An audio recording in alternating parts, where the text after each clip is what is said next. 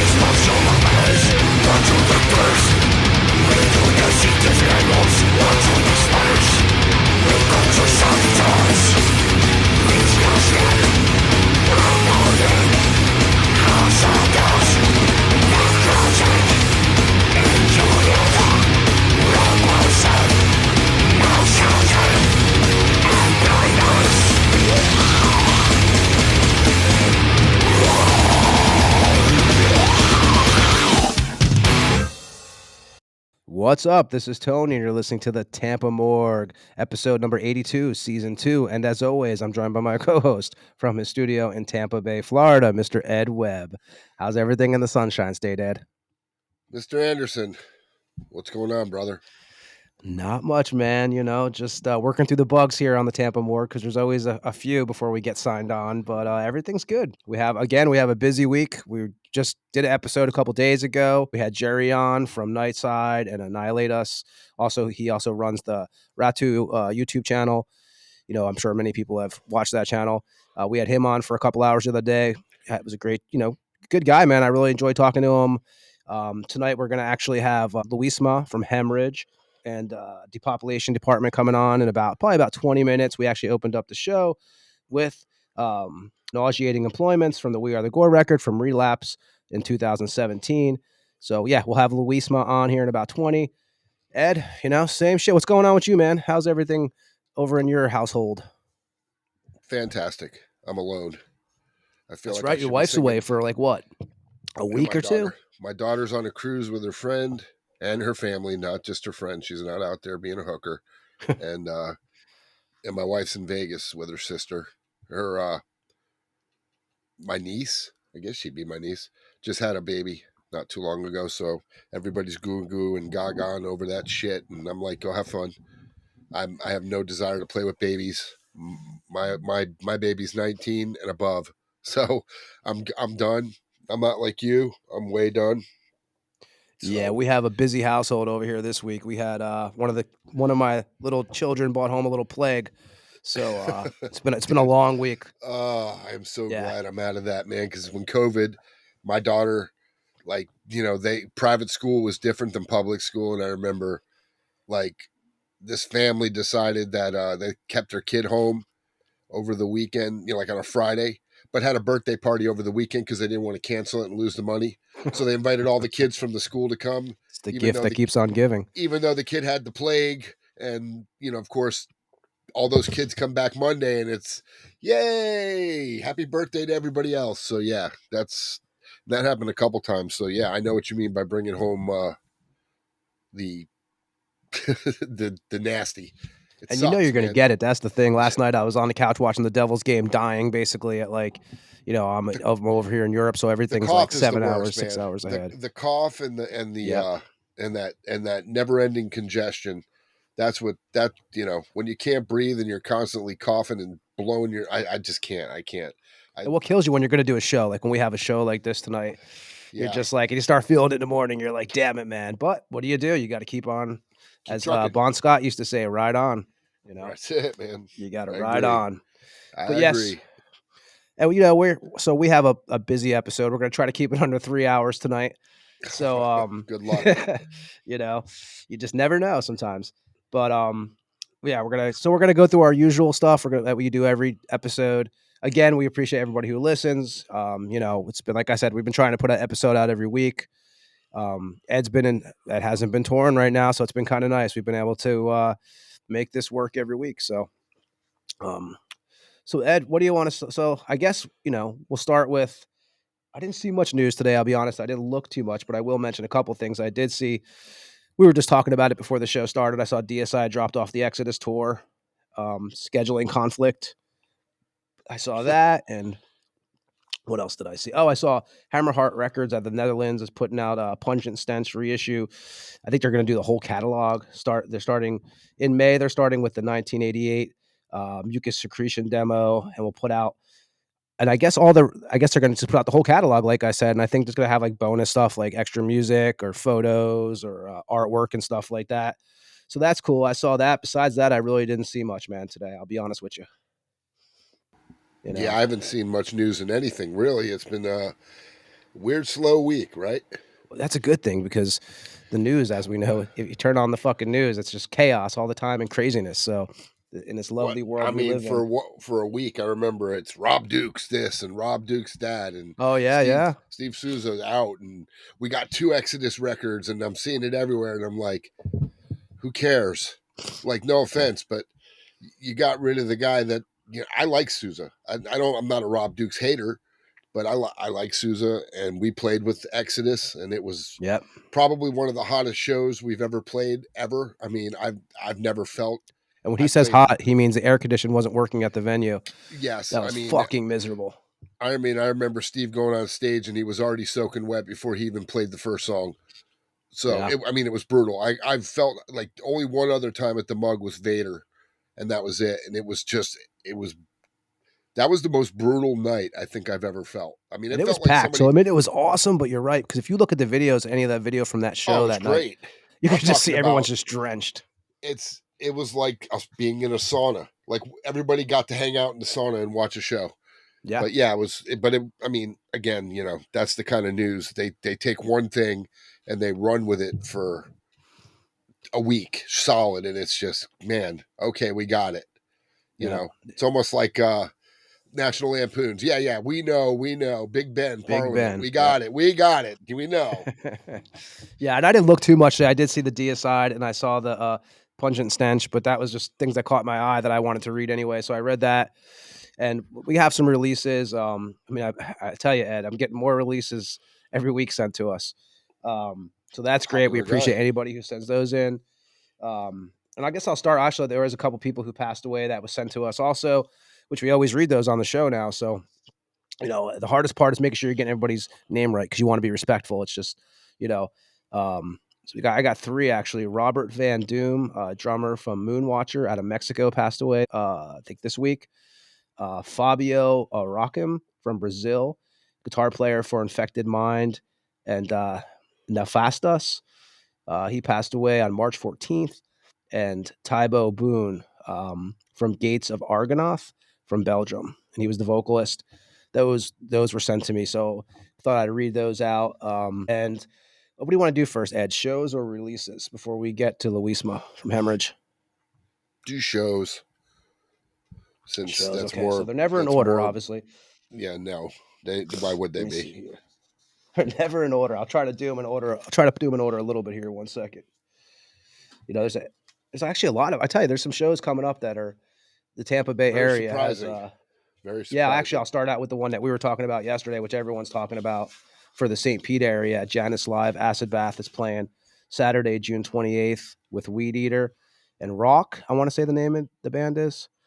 And that's June 28th. I didn't see any ticket prices or anything yet, but I think that's going to be sold out in like 2 days. It might even be sold out already.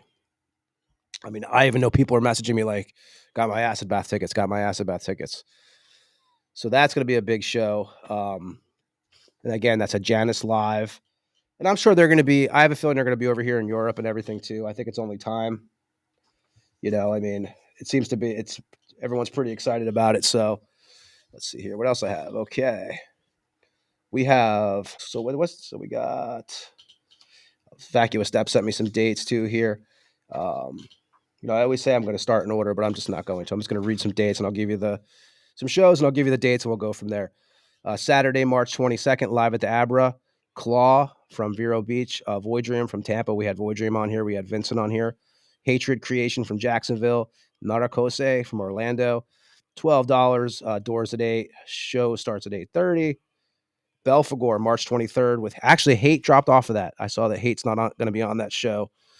So yeah, they dropped killer. off. Yeah, I saw them here in Lithuania a couple years ago at the Lemmy, the club.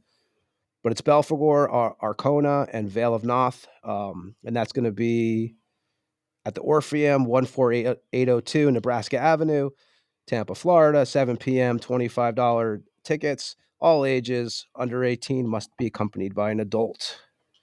And what else do we got here? Saturday, March 29th, Dead Dreams Booking presents Mortician, Implosive, Disgorgence, Mind Virus. And that's going to be at Three Tides Restaurant and Bar in Port St. Lucie. It's Mortician's second appearance in Florida in 20 years. The last one was in Miami. I remember that was a couple years ago, maybe 2023, I think. March 27th, it's a Thursday. X-Hoarder, Hakaleon, Virulence, Restless Spirit, and Ramtha.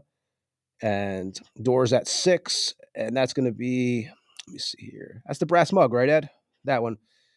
We were just talking about, yes. Or is it the X-Order? Is it the Brass Mug? The X-Order is at the Brass Mug. Brass Mug in Tampa. Yep. There'll also be anybody in Florida who's looking for dates in their area.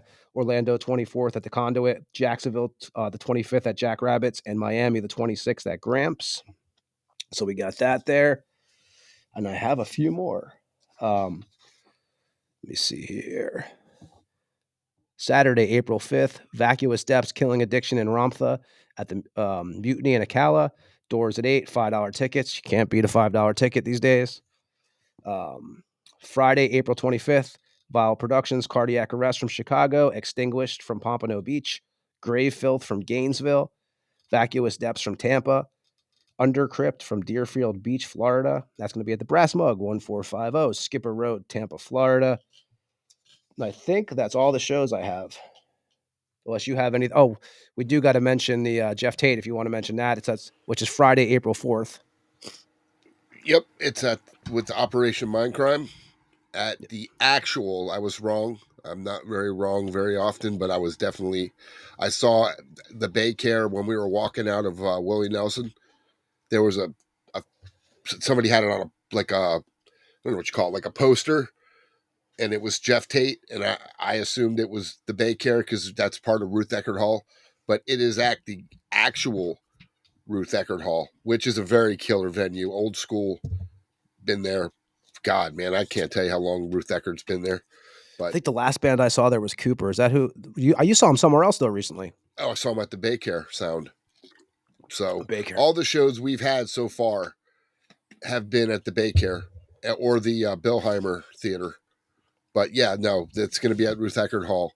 It'll be killer, man, because he plays all his old Queensryche stuff, and It's the last time supposedly he's going to play Operation Mindcrime in its entirety. And that's the record you want to hear. Yeah, I mean, honestly, I mean, The Warning and all those original records were great. I mean, they are. But if you want to talk about like masterpiece, MTV era, every song is a video, because I mean that was their hit machine record right there. Yeah, that one and the Mindcrime too. But definitely I don't get excited for a lot of shows. Cooper I was, because Cooper's Cooper. You can't. Yeah, and the thing with Cooper is it's always money. You always know it's going to be a killer show. Yeah, and there's a few obviously you get excited for, but usually it's the ones I got to pay $5,000 to go see. Because that's how it works nowadays with ticket prices. But yeah, this will be a good show. I think. I'm pretty sure. I mean, I know, and of course, the Queensryche itself now sound killer. With Todd sounds great. Todd Lepore sounds is just. I've heard a lot of bands that get singers. No, never one awesome. never one that sounds like. I mean, if you closed your eyes, there are times that you would think it was him. Very few, like the guy that's playing in Alice in Chains. There's times like when I hear them and I'm going, Jesus, man, that sounds like Lane Staley. It's like almost scary, like to be able to mimic that verbatim. It's crazy to me. But yeah, no, this is going to be a great show, and definitely submit because you don't want to miss it. Yeah, you can go submit at our Instagram page. There's all the details on there. I think there's probably like another week and a half left until we announce the winner of that. So, but you can find that on the official Tampa Morgue Instagram page, which is pretty much the best page to keep in touch with what we're doing, what we have going on. We always announce our guests on there. Like I said, we try not to announce the guests until we have it 100% confirmed. So that's the best place to keep up with us. I agree. And I have releases, and hopefully the medicine's going to get me through this right here, because I got some releases tonight. Oh my God. These are releases coming out that people sent in the next 2 weeks, basically, is what pretty much is what it looks like. So I'm going to start out with Rotten Filthy out of Brazil, thrash death metal band, EP titled Apotheosis. Label is MS Metal Records out of Brazil. Rotten Filthy formed in 2009. This is 4 tracks, the band's second EP. They also put out 2 full lengths, and that comes out March 20th. Vehement from Poland, death thrash metal band. Collision Course is the title of that. This release that's coming out, label is Egnomatic Records out of Poland. The band also put out an EP in 2021, self-titled. This has 8 tracks. Nightwalker out of Germany, black metal band, EP, The Eternal Flame of Death on Armor Fate Productions, which I'm probably fucking that up completely, out of Germany, and that's 3 tracks. And let me see here what else we got going on here. Neroth out of the Netherlands, black metal band. Transcendence is the name of the record. It's independent release, formed in 2020. Put out an EP titled Nocturnal Woods in 2022. That comes out March 21st. Cult of Fire out of Prague, a black metal band. The One Who Is Made of Smoke is the name of this one. It's coming out on Beyond Eyes out of Chechnya. The band's 5th full length, and they formed in 2010.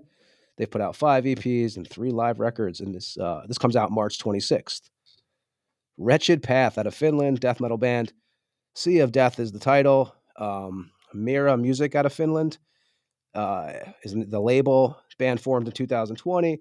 Sea of Death is the follow-up to the band's 2022 record. Features members of God's Plague, Church of the Dead, Born of Thrones, Northern Leaders, and the Machete. That comes out March 26th. How am I doing so far, Ed? Okay? Hanging in? I'm here, man.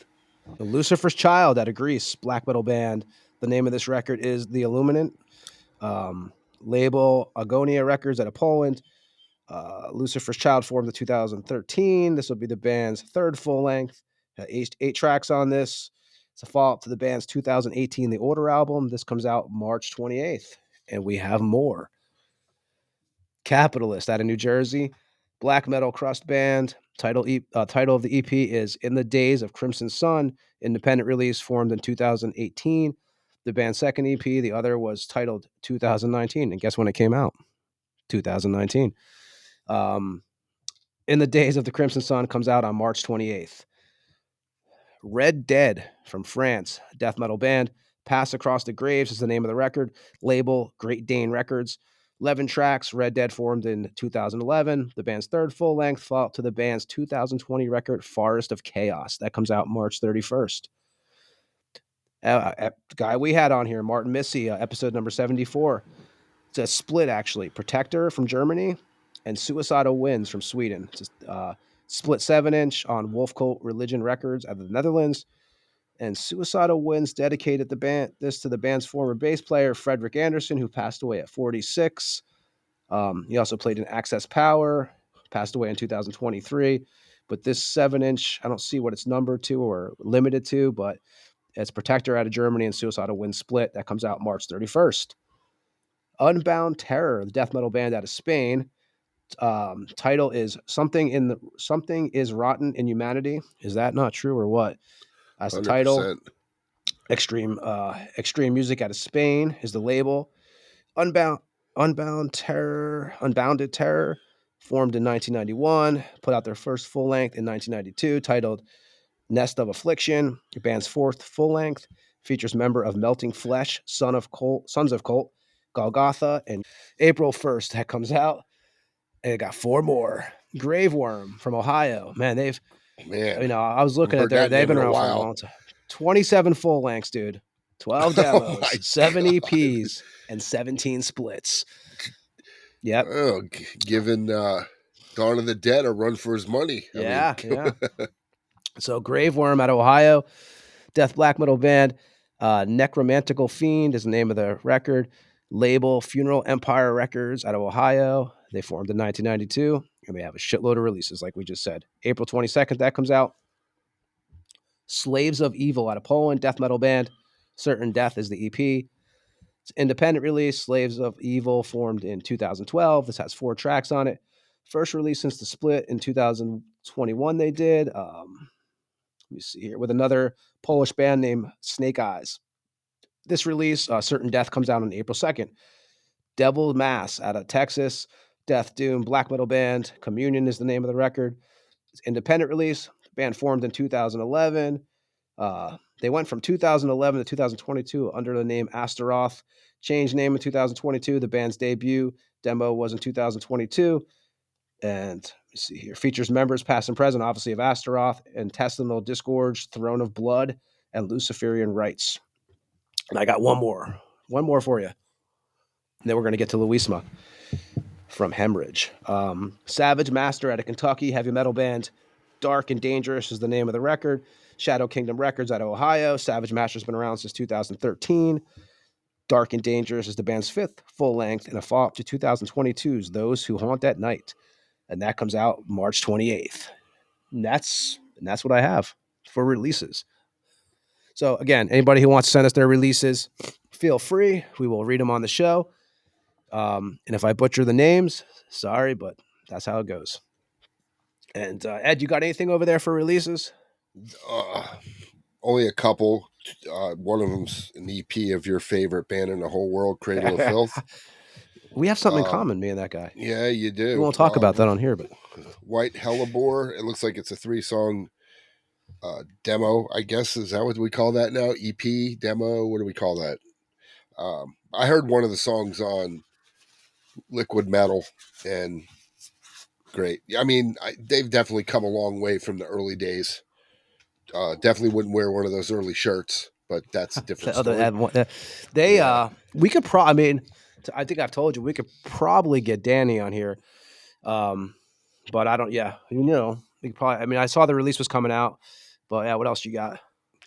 A band I actually did 3 or 4 shows with in South America back in the Massacre days. Warbringer, Wrath and Ah, Ruin. yeah, I talked about them last week. Yeah, they're if you like thrash, they're killer and they're great live. I mean, we I think I saw jived. them with Belphegor, dude, at the garage in St. Pete, Florida, but it might have been a different bill, but I believe they were together there. Another no AC show, by the way. Maybe because they were one of those bands that did a lot of touring, and the last one is a band called Nasty. I heard them on Liquid Metal too. Black My Heart's the name of the record. Sure, I mean, sometimes I wonder how these bands get on Liquid Metal because sometimes there's so much killer stuff, and they just like Spirit Box, they just cram it down your throat, and I'm just like, it reminds me of the old '98 rock days where Oh, yeah, same song over you and would get over again. tired of it, man. Like every time I get in the truck, poor Bryce, he's listening to the guy at his job listens to country all day. When I took my wife yesterday, we took her car, which is on the country channel, and I hear Bryce in the back singing. He's like, I'll tell you what's coming up next. It's a song about beer and whiskey. And I'll tell you what's coming up next. A song about going to the bar to get some more whiskey and ride a horse. And I was like, oh my God. He's like, I can't take it no more. And then there's one song, I guess a new song from the band Sleep Token. And I know we've talked about those cats before, that they're like ghosts to me. I don't get the obsession. I've heard Ghost. I've never heard Sleep Token, and I have to admit, like me and you've talked about this. I just don't get it, man. I mean, hey, to each their own. But I don't hate it. no, it's I'm not metal though. I mean, not to be. So the more records that come out, the less metally they get. They become more and more rock, and it becomes more. I think it becomes more gimmick oriented than it does. I mean, he's trying to make satanic evil music happy, and I don't understand that. I don't understand mix. it. Like it just, yeah. I mean, and most people are just like, oh, they're like the old '60s, snapping their fingers to the shit, and I'm like, you do realize what he's singing about, right? Like Yeah, you do realize. I mean, I tried. I saw the artwork. I was like, oh, this is fucking killer. The artworks. I always like that whole like the evil whole art. stage show, everything he does, it's very. I mean, Tobias Forge is a very, very good musician. He's killer. Like I've got nothing against him or what he's doing. I just don't get it. Like, yeah, I just don't get it. Like, again, it's not personal. I'm a musician. I understand. To me, being in a band, having nameless ghouls and different people filling in on guitar I know it's a money thing because he only has to pay them probably it's as kind of smart. musicians. It is smart. I wish we would do that because there's some musicians I wouldn't want to even give a dime. But yeah. But the Sleep Token thing, they played the Youngling Center, which used to be the Sundome. And I remember we were coming home from somewhere, and it was the same night Sleep Token was playing. And you'd have thought this was like where they were giving out free food and you haven't eaten in 6 months, the traffic to get into this place.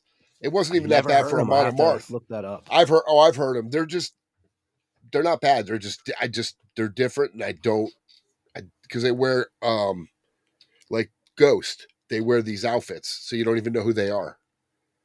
And I'm like, I get it. Anonymity is great. I wish nobody, I wish I could go on stage and I'd act like a jackass if nobody knew who I was. I might even walk out there with like a thing cut out with my bare ass hanging out just to get shock value. But I don't know. I don't get it. Well, you mentioned the whole outfit thing, and actually, it kind of relates to the guest we have tonight because, you look at Haemorrhage. They were the first one really putting on outfits back in the day over there with all the medical gear, the scrubs, and they were the first ones, man, out of that whole area to do that. I think only them and General Surgery probably did that kind of stuff because I think General Surgery wore the kind of hospital masks or something, if I remember right. I don't know. It's been a long time, man, but that was another one of those bands that were great. But Haemorrhage is different because they're like, I would consider them almost true grind. You know what I mean? Like they stick to that kind of.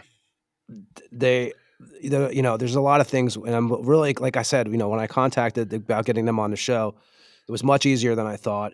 Luisma was totally, yeah, hey, I'll come on. And it's one of those bands who to me is a legendary band.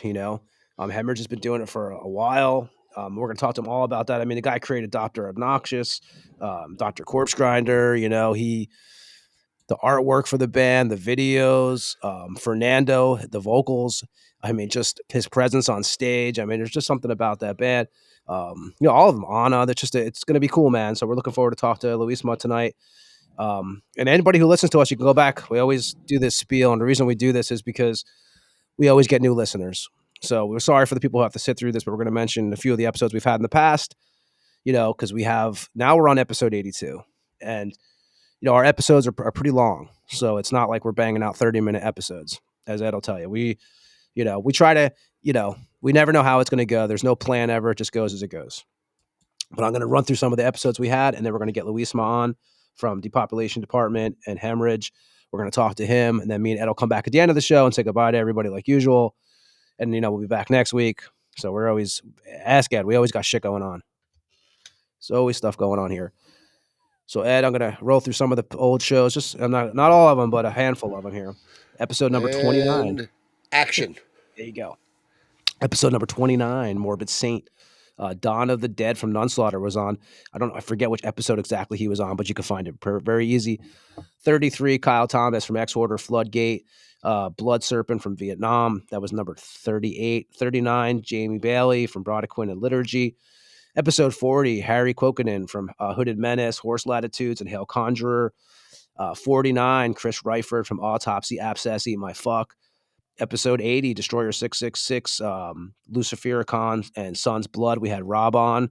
I just saw him play the other night with Lucifericon over here in Lithuania. Great show. We had the guys from Phantom out of Mexico on a couple weeks ago, episode number 79. Episode 77, Jeff Mantis from Venom Inc. Great episode, which you mentioned. Martin Missy from Protector, which we just mentioned. We're doing releases. That was episode 74. Dallas Toller Wade, who's been on the show twice actually now, but episode 36 is pretty much his episode. Obviously, Dallas, Nile, Narcotic Wasteland. Episode 65, Glenn Destructor from Australia's Destructor, his first podcast ever. Destructor's fucking awesome band. If everybody hasn't checked him out, we had Udo, which was a highlight for me, I have to admit. Episode number 62. Number 60, the guys from Colombia, Witch Trap. Henry from God Dethroned, episode 57. I'll be seeing God Dethroned here in Lithuania in a few weeks. King Fowley from Deceased, episode 55. That was a crazy episode. That was definitely where I realized, because that was nonstop. And I think 5 hours, and that's not counting the before and after with him. So that was probably close to 6 hours of 6.5 hours of nonstop talking with him. So that was, plus he's a great dude, man. And they're killing it. He did the end of our show, man. So that's, yeah, I mean, yeah, he always does. We usually always end the show with the thing he did for us for the show, and it's awesome. And I know they've been out on the road to Corner, selling out like almost every show that I see. So I'm really happy for King. We had him on though, like I said, Bloody F Mess, episode 51, which is definitely an episode that I definitely recommend, especially like if you're a G.G. Allen fan. There's a lot of G.G. stories in that. Also, some really odd fucking John Wayne Gacy stories. Some of that when he was visiting John Wayne Gacy in prison. Definitely a deep little episode. You remember that one, Ed? I'm sure. Blaine Cook from The Accused, episode 13. It's crazy how long ago that was. Accused AD.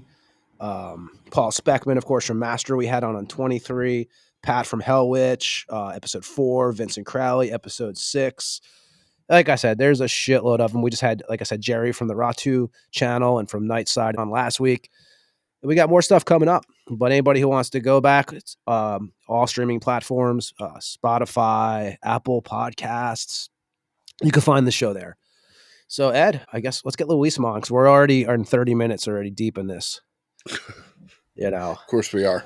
Yeah. So let's get to Luisma.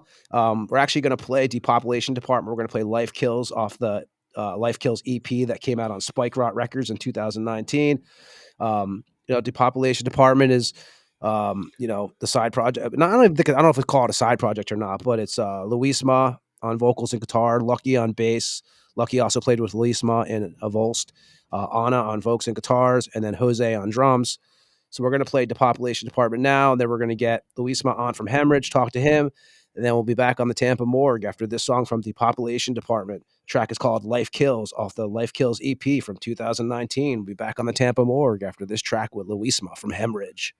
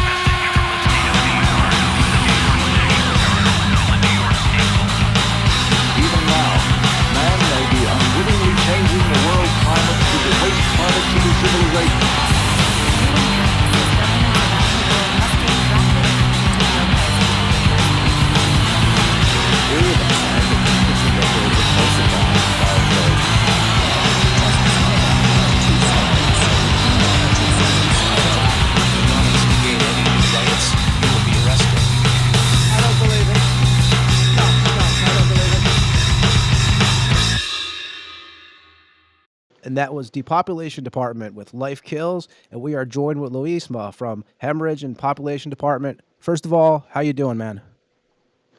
I'm doing fine, thank you. Pleased to be in your podcast. I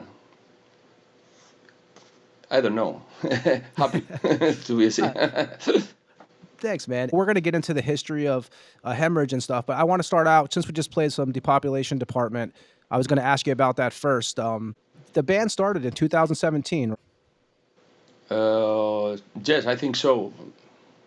17 or 18, I can't remember, sorry. But yes, this is a side project.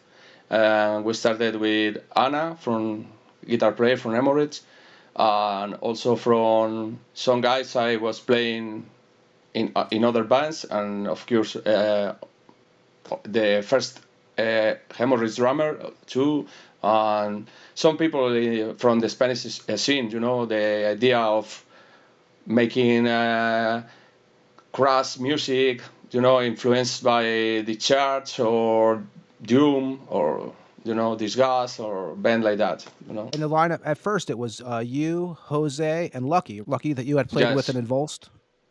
Yes. 2018, you put out a single, Don't Blame the Victims. Then 2019, you put out another single. And so did you get label interest immediately, right, when you started putting out the singles? Yes. There was an label from Italy called Spike Rot, and they contacted us to to sign the band for the first album, and I knew the guys from because they are playing in some bands, like Guinea Pig and some band like that, but I really never thought they were the first ones to contact us, because I thought in maybe more punk or Crust labels, but they were the first ones, so we had we had no more labels to release our stuff, so we say okay. And like you said, the Crust punk, because this project here is more like the Crust punk D beat that you Yeah, also David. grew up into, and the lyrical content is basically focused on things that piss you guys off and just in life in general. Yes, I think the idea of Depopulation is give the lyrics maybe social or political view from ourselves that we will never give in Haemorrhage, because Haemorrhage is Goregrind. We don't like to mix our ideas or ideology or politics into Goregrind bands. It makes no sense, I think. So we do the band, the population for that. And a lot of what the lyrics are like anti-suicide or animal abuse and like even evictions and stuff like that is where your content focuses. Yeah, yes. Our lyrics, I think about nature or climate change or maybe capitalism and problems of daily life. People who are working like slaves and they never get nothing. Just live to work and something like that. It's daily life problems. I know you guys put out the Life Kills EP in 2019 on the Italian label, like you mentioned. Now, is it a band that does live shows? No, we never play a live show with the population because our first drummer, he was Jose from the first drummer also from Haemorrhage, left the band, and we got offers even to tour with the church.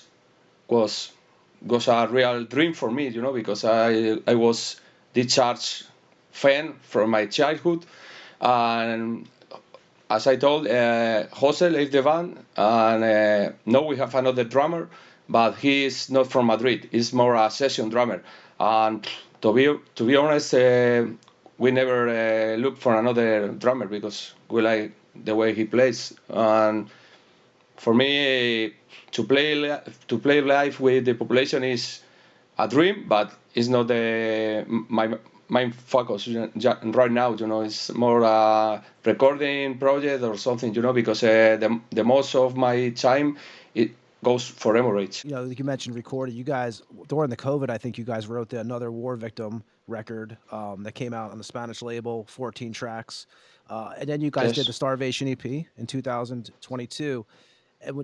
And then the split in 2024. So do you guys, I know, that there's some Haemorrhage stuff coming out that we're going to talk about tonight, but are you working on new material for Depopulation Department now? Or is it kind of just sitting to the side? No. Right now, I'm totally concentrated in new Haemorrhage stuff. But I don't know, for me it's easy to make songs from the population, so it came from inside of me naturally. It's not like Haemorrhage.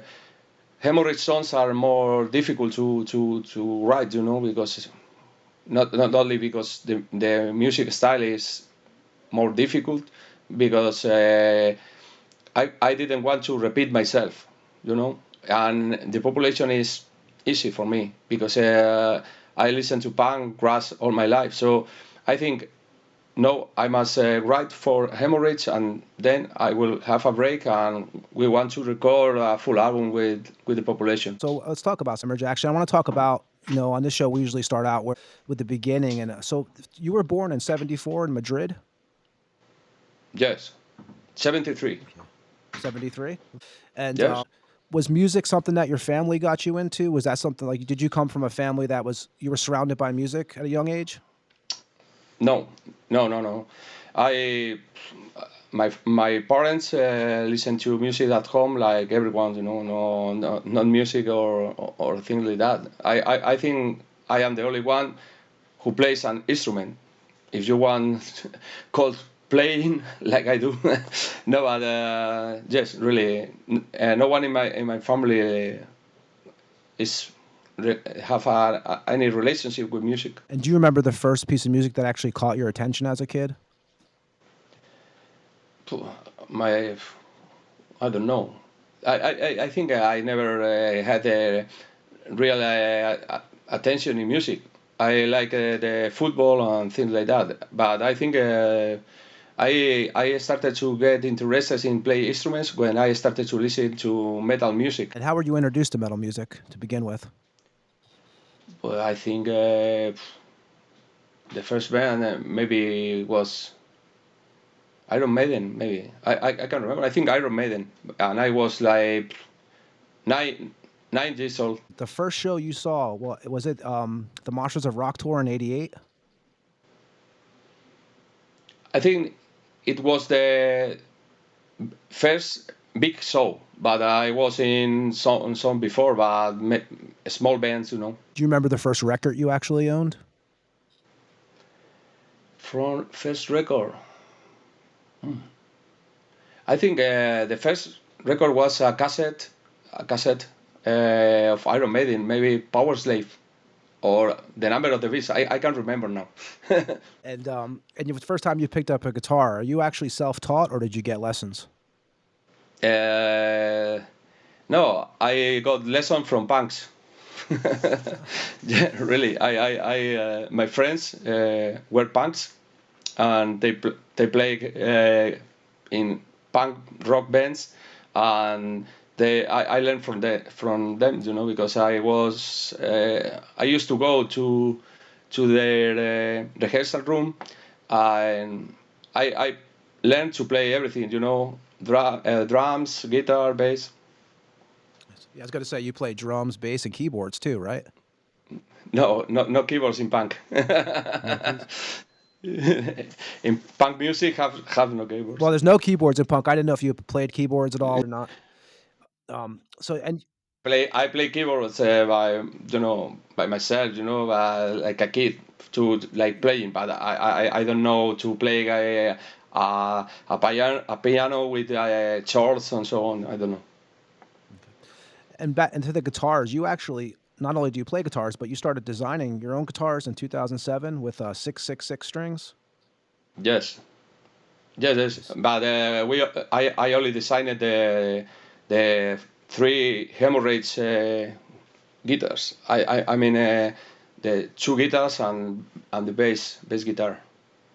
I wanted to do it in the same style, same colors and so on. And if you look Anna guitars or my guitar or the bass look like the same, because it was a style I thought.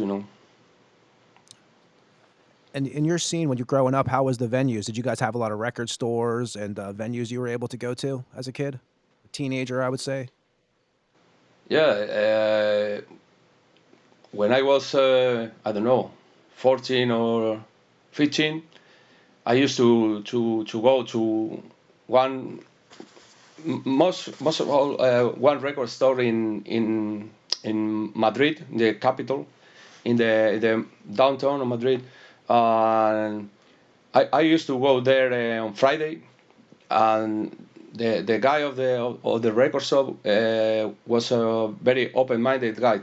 So I think every Friday he played it to us the new records he got, and I remember to listen there like Bathory, I think even Slayer, and every Friday new music, and we finished listening to Carcass and Napalm Death. And you also, venue-wise, you also go into like you mentioned the punk thing. You were also going to squats and stuff like that. to see shows? Yes. My friends were punks and also metal people, thrash metal or so. So I used to go to both, to squats and also to metal clubs, average metal clubs. And we used to go to one metal club, which normally they play, I don't know, Guns N' Roses, Iron Maiden, Kiss, and bullshit stuff. And only 30 minutes every night they play stream music, and they play Exhume, Carcass, I don't know, Death. So we have too many fights with the metal guys, because they were like headbanging and playing air guitars, and when we go to the club, we enter like I don't know, like savage, like big Vikings, and blow everything apart. And they say, "Oh, get out of here! You are punks, no are metal people." And we say, "You are old." For you. When did you first realize that you actually wanted to be in a band? Was it back at those shows? I think all as I told, all my friends were into the most, not all, but the most of my friends were playing in bands. The most of them in punk bands, and also in thrash metal bands and so on. So I wanted to play in a band, but my idea was to be more strange than anything else, So I didn't want to play in a punk band or thrash or something. I want to be the most extreme, play the faster music, the fastest blast beats and so on, and the most disgusting lyrics. So in the beginning, we wanted to play something like Napalm Death, and we felt the music was good, but the lyrics wasn't so extreme as we need. So we saw Carcass, and we said, "Oh, this is what we want to do." Well, you were a big fan of the '89 Earache Grind Crusher, right? Record. Yes. Soundtrack. I have the album over here. It's my favorite album. I mean, I had like Terrorizer on there, Napalm Death, Morbid Angel. Yes. Yeah. And your first band was in Intestinal Convulsions, which became Devourment. Yes. Okay. It was it was the same Haemorrhage formation, but we changed the name because of the lyrics, but we were the same three guys. Yeah. How did you meet Emilio and Jose? Yes, I as one funny thing, I think we changed the band name to Haemorrhage after one gig of Sepultura. Really? I remember that we were in a Sepultura gig in Madrid. I think it should be like Beneath the Remains tour or maybe Arise. I can't remember. And the day after, we had to practice with Haemorrhage, but we were Devourment, not still Haemorrhage, and we said, no, this name is not good enough. We need something more bloody or something, and we changed the name to Haemorrhage. I remember after the Sepultura gig, we were discussing going back to home. So funny. How did you were what 16 at that time period? How did you get to know? Were you friends from school with Jose and Emilio? Emilio, I think, was older than us, maybe 1 or 2 years older, and it was a guy. I was never a friend of him, because he used to be a poser. He has a radio show I'm not saying you are poser like them, but he has a radio show, and many people knew him because of the radio show. And to be honest, we get him from the band because he has a drums, and he has a place to rehearse, with the band. But Haemorrhage always was Jose and me. Jose was my friend from the school. To be honest, I met Jose in the school, but I knew him from seeing, in the same town, because we are not neighbors, but we live close one to other, But Jose it was not big guy. Is small, and is not one of the guys I don't know how to explain in English. You look, because I was him walking over there, and I remember he has a anthrax back patch in the jacket, but I never have contact with him. But someday we started to talk about our music ideas and so on, and I said, "Oh, this is like me, This is my best friend from now." And we are still friends, and even we work together. And when you mentioned with the Devourment, you guys had a whole different lyrical theme, right? You guys were basically the anti, like meat and stuff like that, or anti-animal. Like, 'cause I had read that you guys were trying to do like basically menus with your music of like Yes. eating humans instead of animals. Yeah, it was Jose's idea because, as I told you, we was always related to punk ideas or something, and during some years we were against animal torture or animal meat, and the idea was, as you told, making the song lyrics like recipes is the name, I don't know, the recipes of a book, recipes from a cookbook. It was Jose's idea, but I told him, it's okay, but maybe after 20 songs, what you will write about, maybe it will be boring. And I told him it's better to write about, I don't know, sickness and so on, because I think there are more sickness in the world than recipes. It was my view in that moment, and he said, it's okay. And also we had some advantage because Jose's father was a doctor, and we have an easy access to medical books.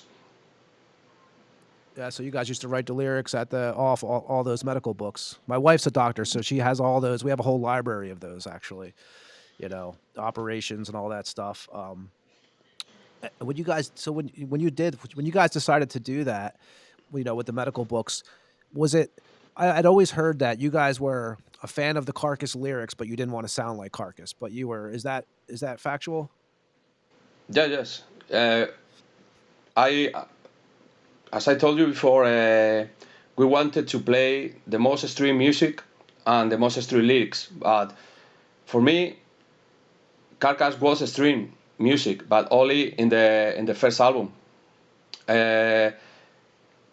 I remember when Carcass released the second album, Symphonies of Sickness. I was very disappointed because I expected something more extreme. So after the years, I liked the second album, but so I always said Carcass was a very big influence in lyrics, because lyrics of Carcass were the most extreme at the moment.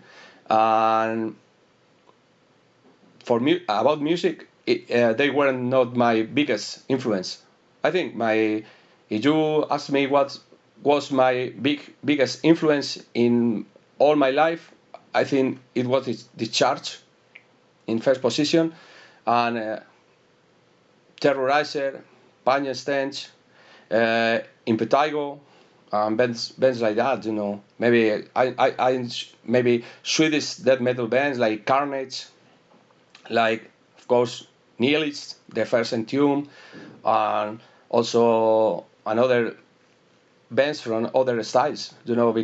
But not Carcass. Not in Carcass is not my favorite bands, but Carcass recorded surely one of my top 3 albums. It was Rick of Putrefaction, but for me, the rest is like they are not Carcass anymore. And for you, when you also mentioned another band I want to mention is you went from Devourment to Hemorrhage, but in between that, you also played with an Avulsed. How did you Yes. get involved with them and Dave? Well, as I told, we used to go to a metal club, and the people who were in the death metal or grind scene in the 90s went to that metal club, and we were friends, not from Dave, because Dave wasn't living in Madrid. I think he was in the army or something. I can't remember, but he was never a friend of mine. I was a friend of Antonio. Tony, he was the first drummer, and I was friend of Lucky. He's playing still with me in Depopulation, but they asked me like, "Hey, do we have a band? Do you want to join us?" And I was like, and I was happy with Haemorrhage, but I asked like, "What music style you want to play?" And they told me like, "We want to play some like a mix of Swedish death metal like Grave, and also like Gorefist from Netherlands." And I said, "Oh, it's okay. I like that. I like those bands, And I remember I went to the rehearsal room, but the first day I was like very disappointed because they can even tune their instruments, and the drummer didn't know to play the drums. Really, it was really sad. I was playing with punk bands, and I knew how to play drums. Not very good because I am not a drummer, but I remember I sat down in the drum kit and I told, no, you have to hit the hi-hat and the kick drum at the same time, and then the snare. It was like when you are teaching little kids. Was that the first time you were in the studio when you guys did the Embalmed in Blood? Probably yes. It was my first time. Yes. And so what age also, because I know you're into, you obviously are into the art world too. When did you actually start drawing? Because I know you've done comics and flyers, which we'll talk about and stuff. And you did zines too, actually. When did you start getting into artwork? Into artwork. I think I made a fanzine. I think in the 91 or something. I can't remember the year, but I started to make artworks for my own fanzine, and so another guys from another fanzines asked me, "Hey, can you do some artwork for us?" And that was the way I started to make artwork from death metal bands, and I also used to make artwork from punk bands, and that's how I started. I know you've done comics too for some of the Haemorrhage releases, right? From some of the Yes. you guys did, yeah. Okay. And you also another thing I found fascinating about you was you also spent 13 months with the Red Cross Yes. driving an ambulance. Not driving. I was in the back of the ambulance. I was like assistant, you know. I was who pick up the people from the roads and something like that. You know, the driver did nothing, just drive. And me and another guy were who goes to the accidents and so on. You know. How when you Because first start doing that? What? Oh no, go ahead. Go ahead. I'm sorry. No, because in Spain there was when you were 19 or something, you had to go to the army or go to social service, and I didn't went to the army because I didn't like they cut my hair. I did, you know, because I was a poser. So I said I have to choose between being a poser or being a soldier, and I prefer to be a poser. When you start when you start doing the Red Cross stuff, is that like, I mean, how you've seen a lot of stuff, I'm sure. Like at first, when you first started being in the ambulance and picking up the stuff from the side of the road and stuff, bodies, and does that affect you? Like at the first, when you first, maybe your first couple months, is that like, mess with your head a little bit? Yes. Yeah, because I remember I started at 3 p.m. I think until 11 p.m. and I used to arrive home at midnight, and my mother always had the dinner for me, and the most of the time I never eat the dinner because I was sick. I have seen very disgusting things, and my mother asked me, "Oh, did you eat the dinner tonight?" No. I know. I'm not hungry or something, you know. I was sick to eat. The first 2 months or 3 months were too hard for me because it's not that I went there, but I never liked it, you know, that kind of work, you know. I went there only for my hair, to be honest. And yes, and you are there in the middle of an accident, and the people are screaming, and you say, "Oh, fuck, what I am doing here," you know. The first times, do you want to run away, you know? Really, instead of helping people, the first thing you think is running away because the things are you seen are really disgusting, you know. You are. I remember one time we went to an accident, and I said, "Oh, we are lucky because the firemen, you know, firemen, the fire brigade or something was there before us, and they cut the car roof, and they take away the guy from the car. I don't know the car ruins or something because breakage or how to do it, and they take away the guy, and we say, oh, I was like happy, you know, because I have not to do anything, you know. But when we are going back to the ambulance, something call us and say, hey, look into the car because this guy have no food. Oh shit. And we say, oh, really? And we take a boot from under the pedal, I don't know, the brake pedal or something. Yeah. And he was the boot and the feet inside, and we had to put the ice in the boot and take the boot to the hospital with the foot of the guy inside, and things like that, you know. I remember one girl that was run over by a motorbike, very small girl, maybe 10 or 11 years old, and her hair was in in the tangled in the wheels of the motorbike, and the hair and the scalp were removed.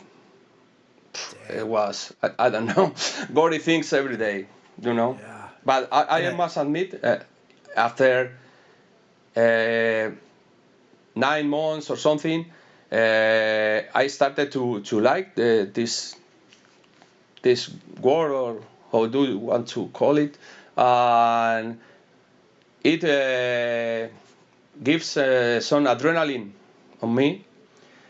And after I finished, I thought about staying, and maybe going the weekends to help, because I think I like to help people, and I like the adrenaline it causes in me, But I say, nah, I prefer to go in, to hang out with my friends on Fridays, and not to be here in the Red Cross, I prefer party to help people, but in some aspects, I would like to carry on with that, because sometimes I was happy to help people.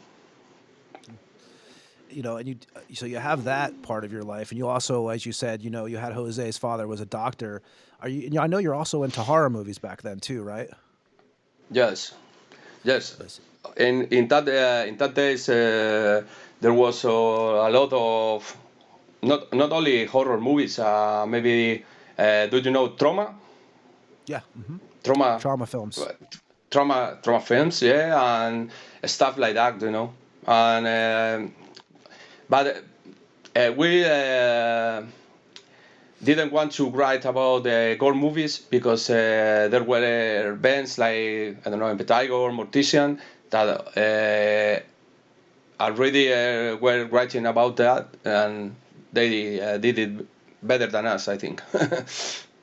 On the first record, though, right? You did a little bit. You guys used a little bit of like the whole necromantic from the '87, '88 thing going Yeah. on, and you had a little bit of the trauma films on on the first record you guys did. Yes, in the first album we used a necromantic intro, and in our live shows we still use another track from necromantic as outro of the shows. So I think I'm fan of necromantic movies. No, I think this guy Jock Butgerate was a very nice director, I think.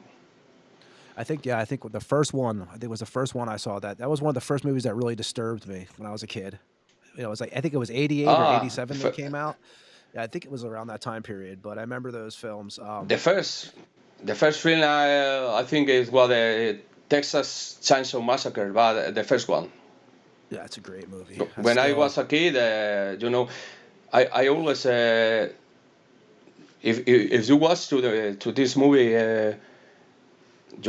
it's bloody and so on. But do you know what most I don't know how to say, like shocked my mind a lot, was the finish of the end of the movie, because it was like how to say, the end of not a happy ending. raining. No, no, no, no, no, no, no, no, no, not so happy, because it's happy if you think about that. No, it was like Slayer Raining Blood. I mean, it's the girl running, screaming, "Wah!"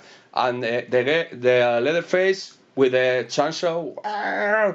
Yeah. like a lot of noise, and then a cut. It's like Slayer Raining Blood. And this That is what I like most.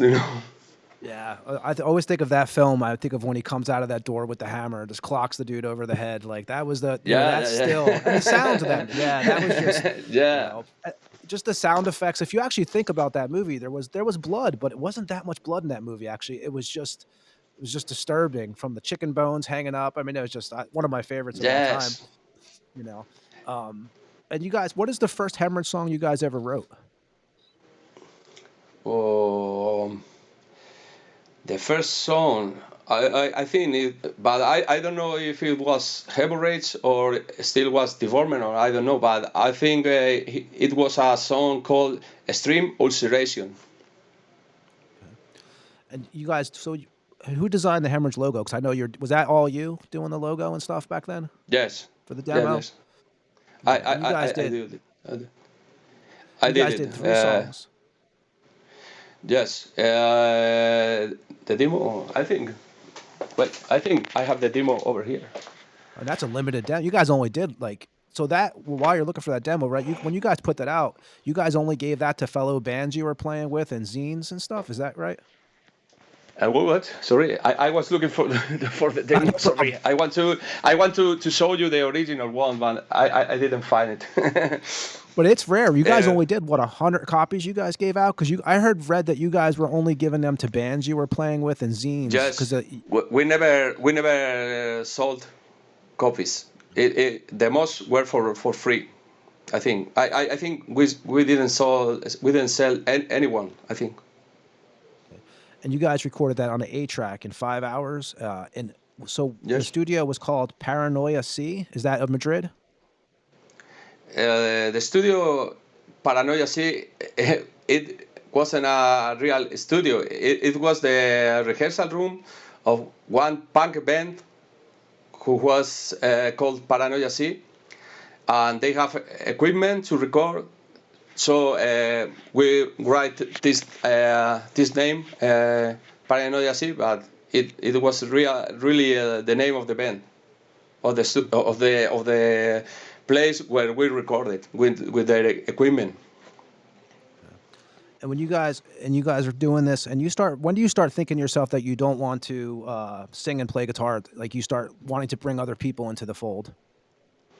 I think when we were writing songs for Emetic Cult, I think this is getting harder to sing and to play guitar at the same time. So I thought there was 2 ways to solve this. One way was writing easy songs, and another one looking for a singer. And we choose the second option because we knew Fernando, and we thought, this guy will be cool for Haemorrhage. And I had read or heard from you do an interview before where you said that he was so devoted right from the start. Like Haemorrhage was his number one when he gets in the band, because he was just kicked out of another band, right? When you got a hold of him, he was kicked out of another band in your right before he joined up with you, right? Yes. No, but when I knew Fernando from before he was kicked out of his band, and I was thinking about him in singing for Haemorrhage, but when I was I have to respect the other band and not steal their vocalist. So when I knew he was kicked out, I told him, "Hey, John Haemorrhage." And when he first joins the band, I had heard that he was very devoted to Haemorrhage right away. Like it was rehearse. Like he was all in right away. Yes, I think when Fernando joined the band, it was a time when we feel we have to take things more serious. Not serious, but as you say, the rehearsing more times and so on, because we wanted to record an album. And you got a bass player too, and so Ramon, yes. He was actually rehearsing in the same rehearsal unit as you guys, the same practice spaces. Yeah, we have there was a building with 3 or 4 rehearsal rooms. One room was for Abused and Haemorrhage, and the room next to us were from Raymond's band and also another band called Suffocation, but not the not the Suffocation. Not the Suffocation, Obviously, Spanish Suffocation. We say the Suffocation in Spanish. Really bad. They were Suffocation. And I remember we were playing, and when we have a break, Ramon, maybe he was smoking a cigarette or something, and he said, "Oh, I really love the music." And we say, "Oh, yeah, yeah." After some times, we asked him, "Do you want to come with us and to play a little bit?" "Oh, yeah, yeah, yes." And he get into a room and started to play, and we say, "Oh, stay, please." And you guys do a 7-track demo, right? The promo tape in '94, I believe it was. Where did you guys record that material? Yes, I remember we recorded in a studio in the north of Madrid. I remember we went there with Raymond's car, because he was the only one who has a car, and it was a small car. I don't remember what car, but small. And we get in the studio with all the equipment, and all the 4 guys and the equipment in that car are packed to the fully packed, and it was a nice trip. And then we got into the studio, and the guy was like scared because he never listened to music like that. I recorded with Abuse in the same studio before, but when he started to record Haemorrhage stuff with blast beats and Fernando vocals, and he was like, "This is too much." And I was happy, because that's what I wanted when I started Haemorrhage, stream music.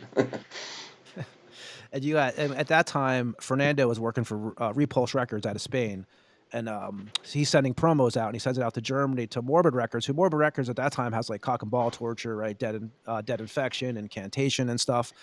How long was it before you heard back from them? I remember I don't know, but Fernando told me he only sent 2 tapes, 2 promo tapes. And the first one went to Morbid Records because it was our favorite label in that moment, because they have many bands we loved. And the second tape was for a Mexican label, and both labels agreed to release our album, but obviously we chose Morbid Records because it was in Europe, and because they did more promotion, and they have better bands.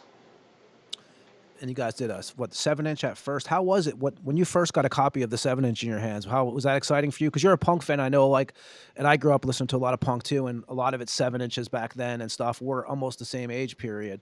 How was it when you were first holding your first copy of a Haemorrhage 7-inch?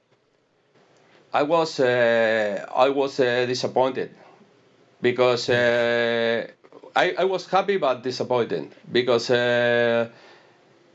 I love to release an EP. It was our first EP, but when I turn back and I see Christ the Night, I really feel I wanted to throw this EP to the garbage. Really?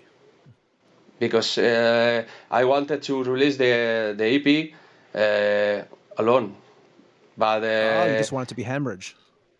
Yes, but Dave was in Repulsed also, and they have to sneak in the EP, because it's the same history than always. The Morbid Record bosses were friends from Dave, so it's like I do a favor and you do a favor for me later. But we don't like Christ the Night, and we don't like Dave, of course, because he's an asshole. And if you look the EP, he are telling bullshit about the people who use vocal effects and so on. So it made no sense. And you knew Haemorrhage before, and you agreed to release an EP to insult the vocalist of the other band. So you are an asshole, as a stupid guy, and everyone knows. Is that And a when you coward. chose to leave the band? Because you left in '94, right? I know you guys. What'd you do? 4 demos with them, I think, and like 2 splits. Is that when you decided to leave Avulsed? I started to get tired of abuse because this guy, because I'm still a friend of Lucky, and I'm friend of Tony, and the other guitar player Cabra, who came later, is still friend, not like Lucky or Tony, but still friend, good relationship. But this guy Dave is a disgusting guy. He's an envious and untalented guy. He is not really a singer. He is not a musician. He has no idea of how to sing. And he wants to be the leader of what? You are totally useless for music. Maybe you are very good for having a record label, but you are living a life of death metal legend while you are a fucking bullshit singer. So I guess we're not going to see a Haemorrhage-Dissect tour anytime soon. That's not happening. No, maybe bossing rings or something, but no that tour. And so you guys do this, and then this is when Anna comes into the band, right? So you had met Anna at a metal club, right? At in your hometown. What? Sorry. Anna. So this is when she enters the band because she was going to fill in bass for Ramon, correct? But you had no. So obviously, I know you and Anna. She's now your wife, and you guys were dating, and you had actually met her at a heavy metal club. Yes, we in the same metal club I told you before. When we all the people from the scene get together and almost on Friday and Saturdays, and there were not too many like death metal or grind girls going there. So Anna was one of these girls, and I like it. So and she had played in a thrash band, right? I don't know if I'm going to say it wrong, yes. But it was Mortalhausen. Is that correct? Yes, but he was a singer, not guitar player. She was the singer in that. Okay. Yeah, but it was not. I didn't knew him because to be honest, I didn't knew he has a band, But I only knew that I like it. There you go. And and so she's gonna fill in for bass for you guys. And you guys, and that was for. But you also, so I know she moves to guitar, but was she doing bass on the Anal Cunt tour, or was that? I know you guys did. I don't know how many shows you guys did with Anal Cunt, but was that bass she was doing for that, or was she doing guitar for that? No, I knew she can play guitar, but I never listened to her playing guitar. So one day I listened to Anna playing guitar, and I said, "Phew, this girl plays better than me," because she was a guitar teacher, and he was playing like Judas Priest, and I said, "Oh man." And I remember when we have the shows with Anal Cunt, we have no bass player, and I asked, "Can you play the bass?" And she was like, "Yes."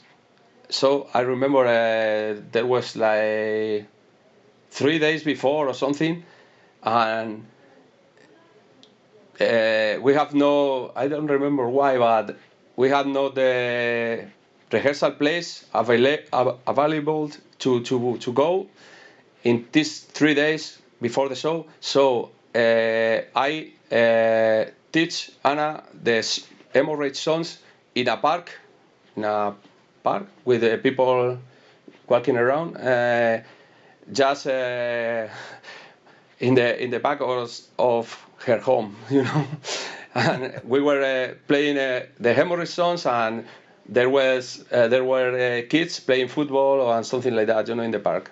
People with the dogs. Nice scene. And with that anal cunt, would you have any memories from those shows and any memories of Seth? The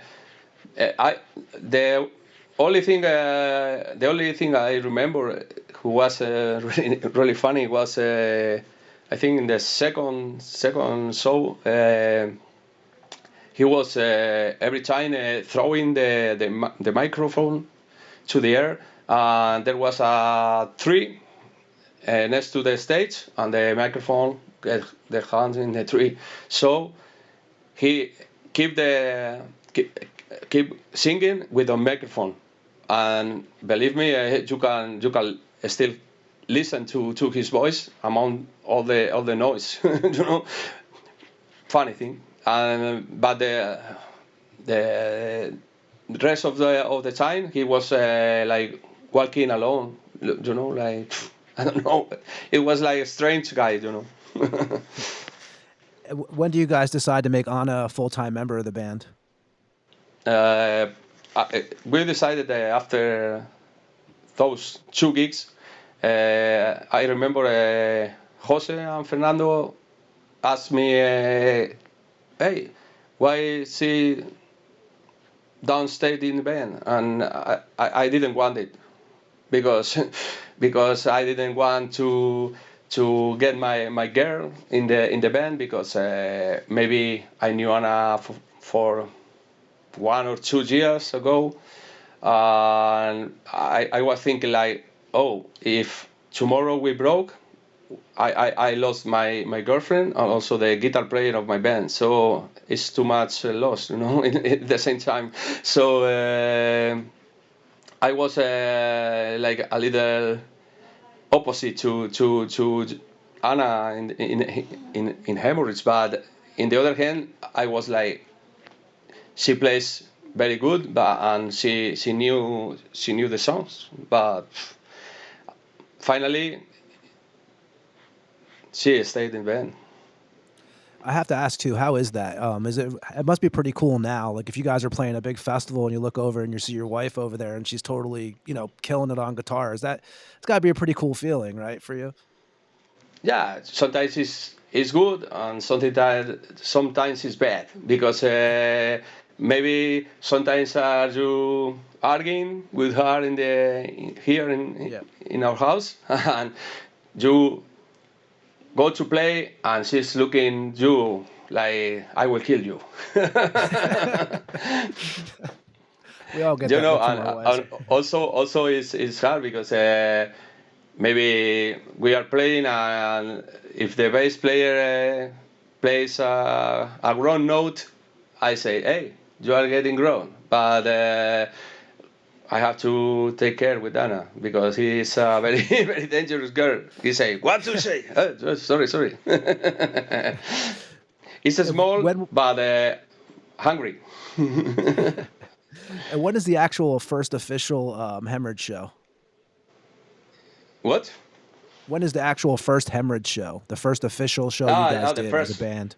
Yeah. The first show was in Squad in Madrid, and I think we were the first or second band. And I remember Fernando plugged the pitch shifter pedal into the soundboard, and after 1 song and a half or 2 songs, the soundboard started to burn. And I remember Anna wasn't still in the band, and she was in the audience, and I was playing, and I noticed something was hitting in my shoe. I looked down, and Anna told me, "Hey, there's a smoke behind you." And say, "Oh." I turned back, and I saw there was flames and smoke in the soundboard. And we say, "Hey, stop!" And or so stopped, and the most of the bands, because there was a festival like with, I don't know, 8 bands or something. I think the most of the bands couldn't play. Only the two final bands or something, because they had to get another soundboard and so on. We run the whole festival. And for you, I forgot to ask you this. So when your first show ever for yourself, not for the band, but for you, did you do shows with Devourment at all, or Avulsed? Were you doing shows with those bands? I think the first show was with Avulsed. Avulsed, okay. It was your first time on stage? Surely. Yeah. Okay. And, some of the early show stuff with you guys, with Haemorrhage, when did Fernando start using the blood, and what was he using as blood? Do you remember what he was actually using? Yes, he used from the first show. The first band photos I had read too, right? Was that early that he was using the blood? Yeah, but he used the blood, but I remember now he used the blood and a surgical coat, something like general surgery. If you see actual the new pictures or not the new, like some pictures of last years of general surgery with the white medical coats, something like that. He has a white coat with the blood inside, but he used the white coat only for one song, and he removed the white coat, and only the blood was on his body. And finally, he only used the blood on his body and no more surgical coat. And you guys were the first band to actually wear that stuff, right? Were you taking that from the Red Cross, or like how were you getting the gear? And I think you guys were actually the first band to ever do that. The trousers were stolen in an hospital when I was in the Red Cross, but the apron was a gift from a girl who was working in an hospital, and I think the mask and the cap.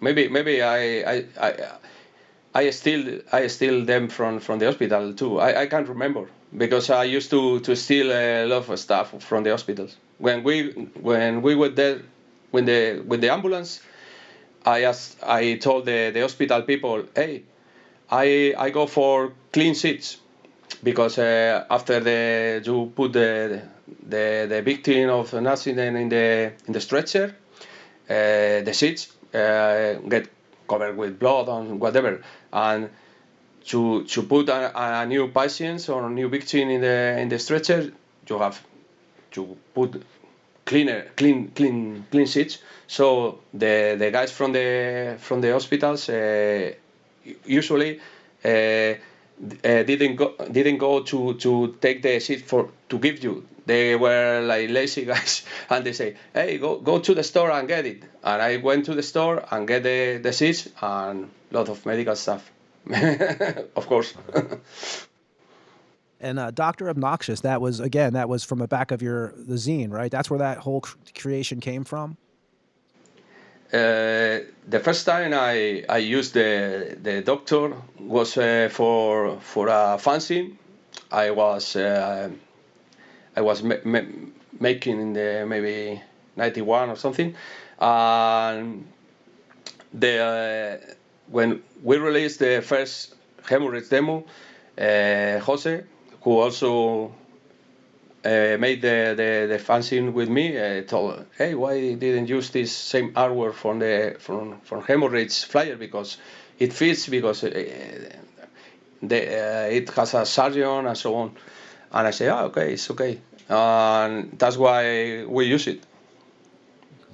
Yeah, and so with your guys' releases, so we're going to talk about some of your records, actually, because you guys have like 22 splits, and I think I tried to count. I think it was like 22 out right now. I don't know. You got a shitload. Yeah, it's like 22, 5 EPs. So I'm gonna basically cover the main albums you guys did. But really fast, what was the name of your fanzine? It was in Spanish. It's Carroña. In English is like Carrion. how long did you do that for? How many years were you putting that out? I only released 2 issues, Issues. Okay. maybe 1 year or 1.5 years. I don't know. But there were, for example, I had interviews with Cannibal Corpse when they were starting. I think they only had the first album. I had interview with Carcass, with I can with Impetigo, and with many of the bands I loved before. So you guys go. So now you're with Morbid, and you guys enter the studio December 16th to do the Cult record, the first record you guys do. What memories do you have of those recording sessions for Emetic Cult? For the recording session, I remember when we recorded the promo that was later Obnoxious EP. We were like very, very, very happy with the result, and in my opinion, is one of our best sound ever. You know, maybe we were lucky or something. I don't know, but I was like very, very, very happy with the sound. So I said, oh, we have to repeat and go into the same studio to record the Medic Cult. And when we went to the studio, we see there was not the same place. The recording rooms were different. The studio was in another place, not the same.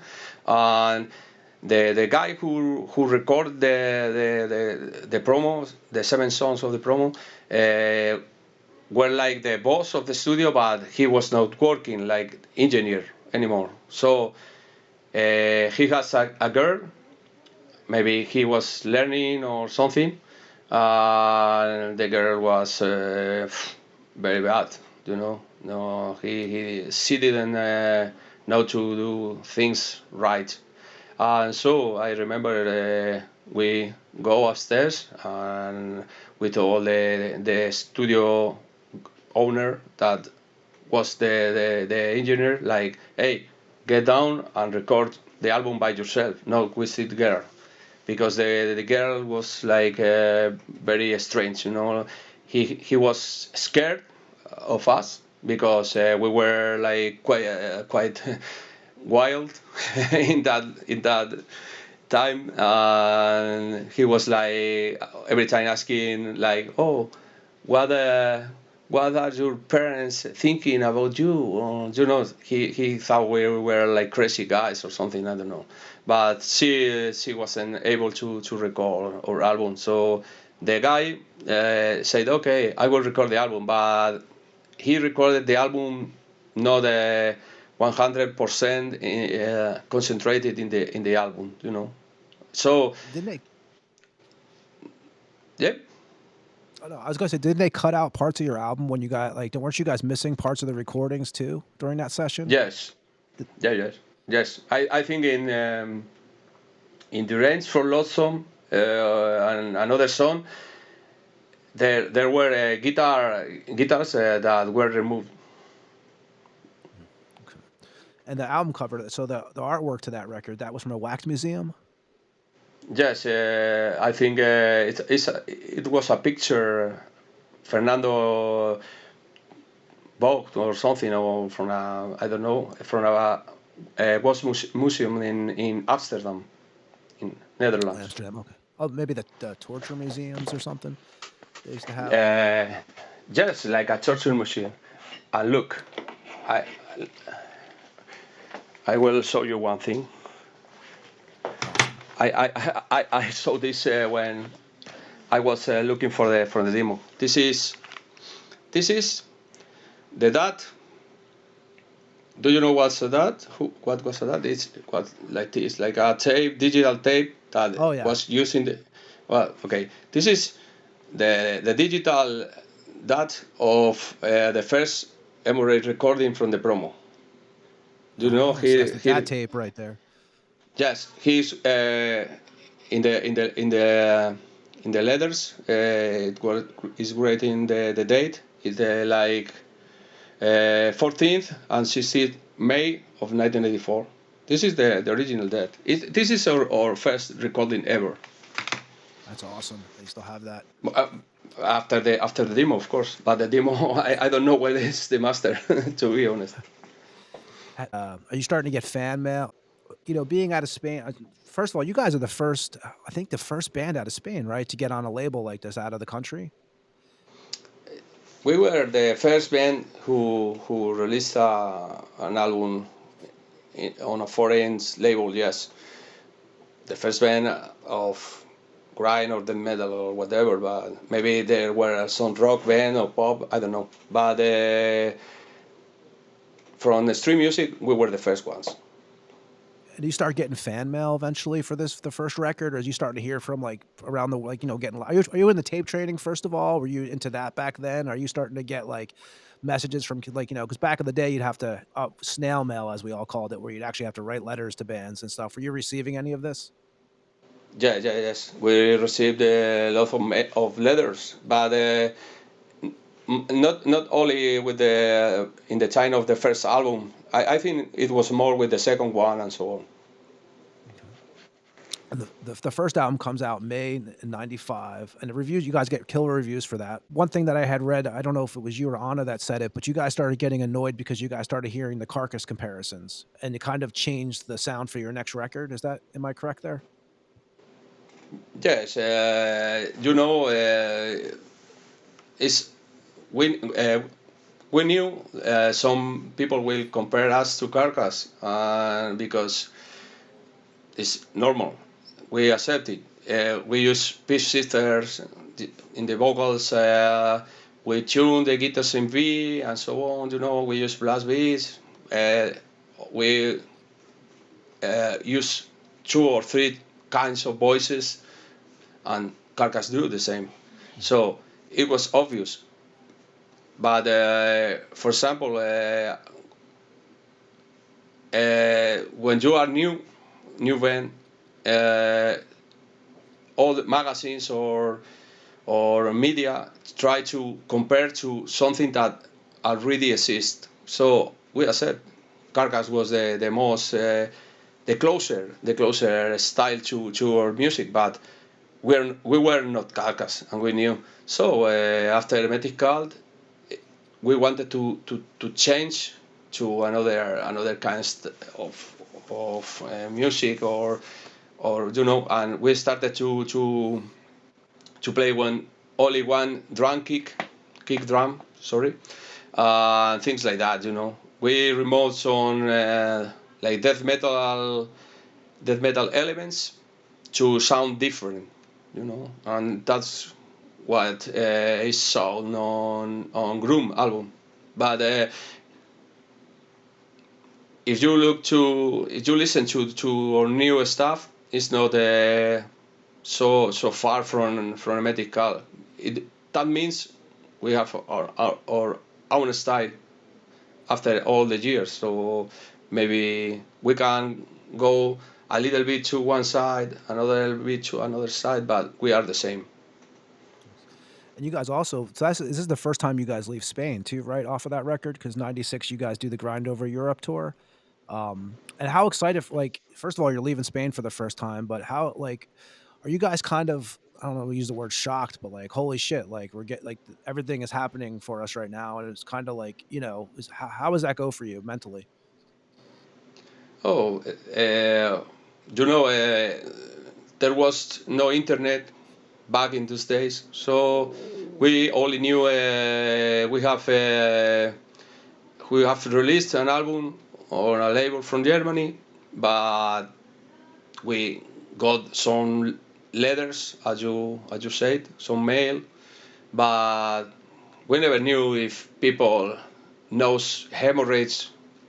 So when we get in Germany to play Grind Over Europe, and after the first show,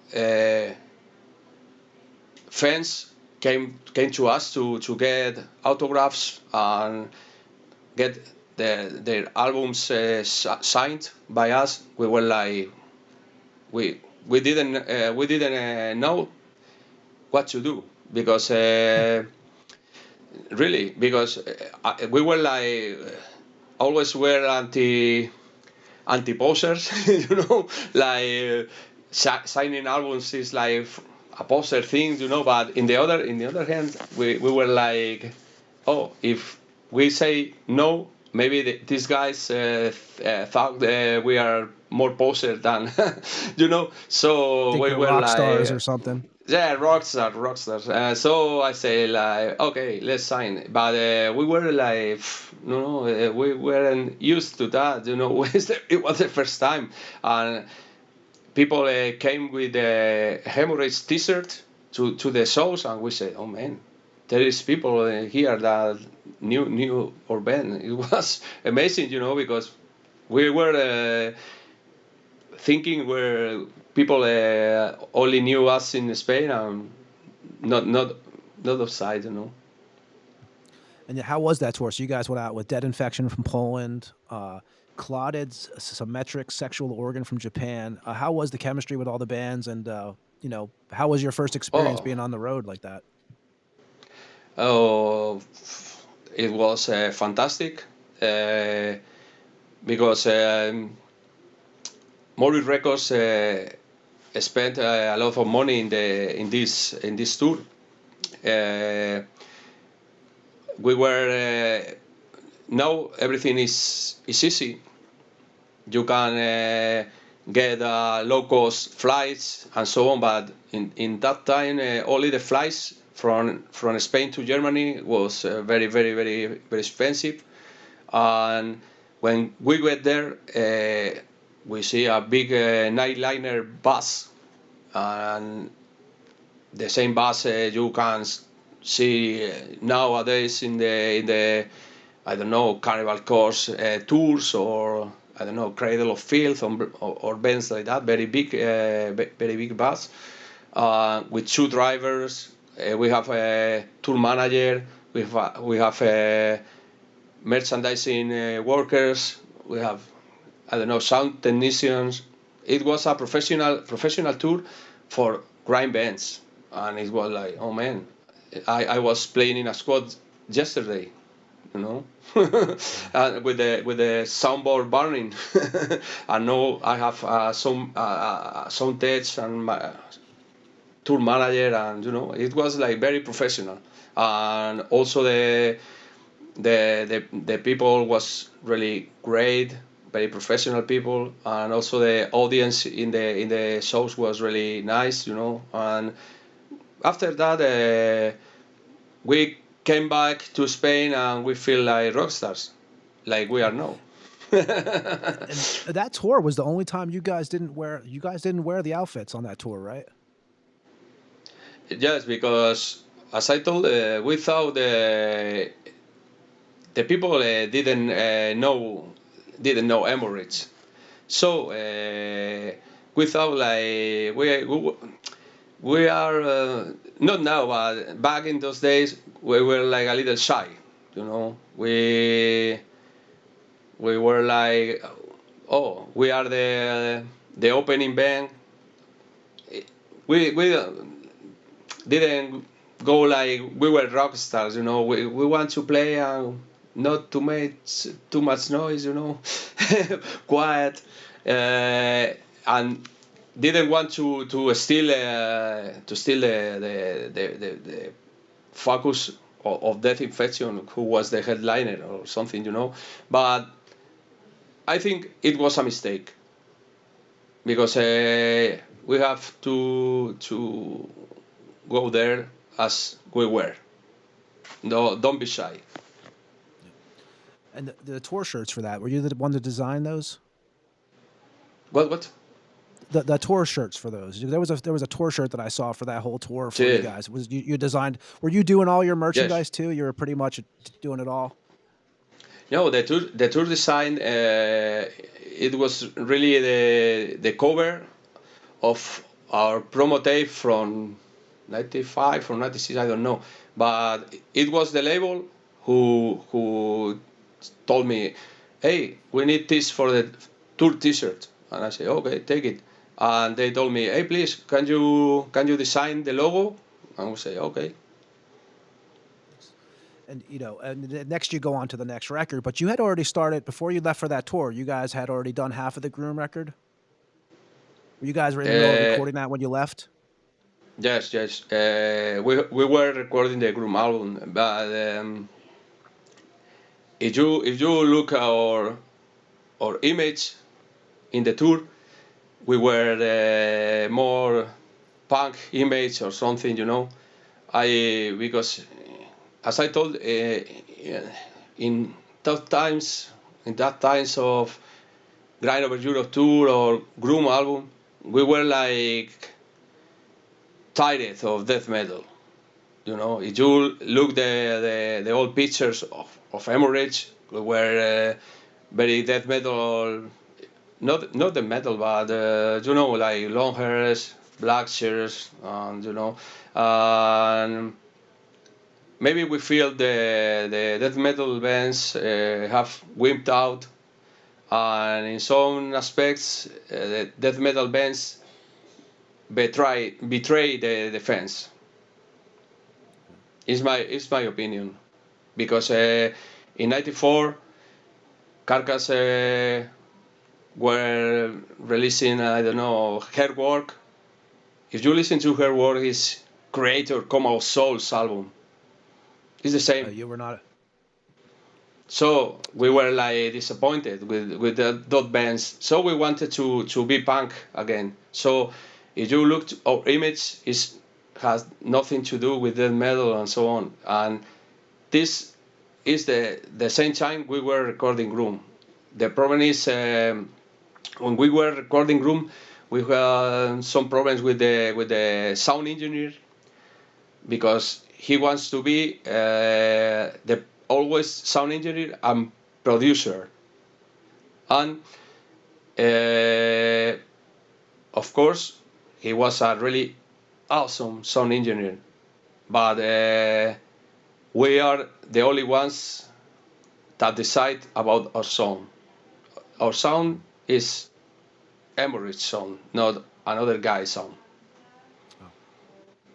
That makes And total we sense. have to take a break. We have to take a break because it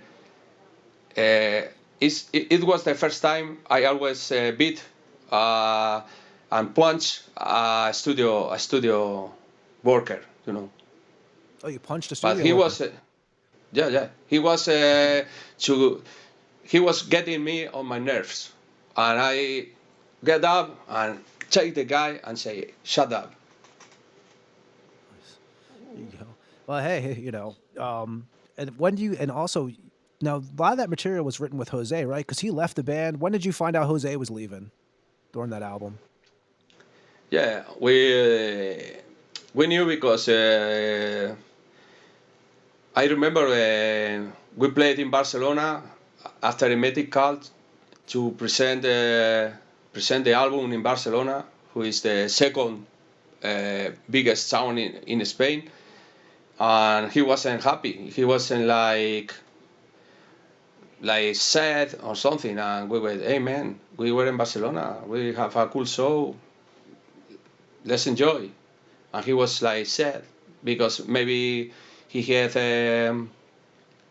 problems with his girlfriend, because she wanted to go to the disco or something, and he was the weekend out to play with Haemorrhage, and finally he preferred party before Haemorrhage, so it was his choice.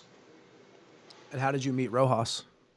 Or did you already know him? Yes, yeah, Rojas was playing in the same band than Ramon, and I remember I think the first time I played with Rojas was one time I entered to his room and I was playing some cover of Death, I think, and I like a lot the way he played the kick drums, the double kick drums. He was a master on kick drum, so I fell in love with his playing. And when Jose left the band, I was the first time the first thing I that came to my mind was asking Ramon, hey, please tell Rojas to join Haemorrhage, please. And he wasn't like, no. And finally he agreed because he didn't. He wanted to play in more quiet bands, not touring or shows or something. I don't know. And he has doubts about joining Haemorrhage because we told him, hey, we have to record an album in very short time, Groom, and we have to go on tour in a very short time. But he finally agreed, and for me, he was the drummer that set the Haemorrhage style. Also together with Jose, but he played more difficult drum beats or more, I don't know, the breaks are better. Jose was a very fast drummer, but Rojas was a very, very good one. He also knew to play guitar, to play bass, so he was a more complete musician. We're actually going to play a song from that record here in a second, but I want to ask you, and I don't want to say this wrong, but the hidden track on that, intravenous molestation of obstructionist arteries, that was a tribute to the Japanese noise scene? Was that a fact, or? Yes, it was a tribute to noisecore, or in general, to bands like 7 Minutes of Nausea or Sore Throat, or Enid Khan, maybe, or that kind of bands. And the song intros for some of that was from a Spanish medical show you used to watch? Yes, we took the intro from a TV show that it was called In Buenas Manos. This in English is like In Good Hands. So it was a show when they present a surgery and they explained like a documentary or something, and the doctors telling what they are doing, like we are cutting the arteries and so on, and even for the new medical recording we are recording now. We took the intro from the same TV show again. Do you feel like with that Groom record, do you feel like that was a big change, like a big thing for the band, like a game changer for where you guys were to where you wound up? Yes. As I told you, we decided to change because we were disappointed with the metal. To be honest, all the bands I liked went out, so we changed our style and we look for another style, another influences, and I think it was impressed in the album, and the fans immediately understand what we wanted to do, and I remember. We started to get letters and mail from all the globe, from Japan, things from countries we never reached before with the medical. Medical worked mostly in Europe, but the Groom was worldwide, from United States or South America, Australia, from all around the world. We're going to play Dissect, Exhume, Devour, and we'll be back in a moment with Luisma from Haemorrhage, and this is from the 97 Groom record. This is Dissect, Exhume, Devour. We'll be back on the Tampa Morgue after this track.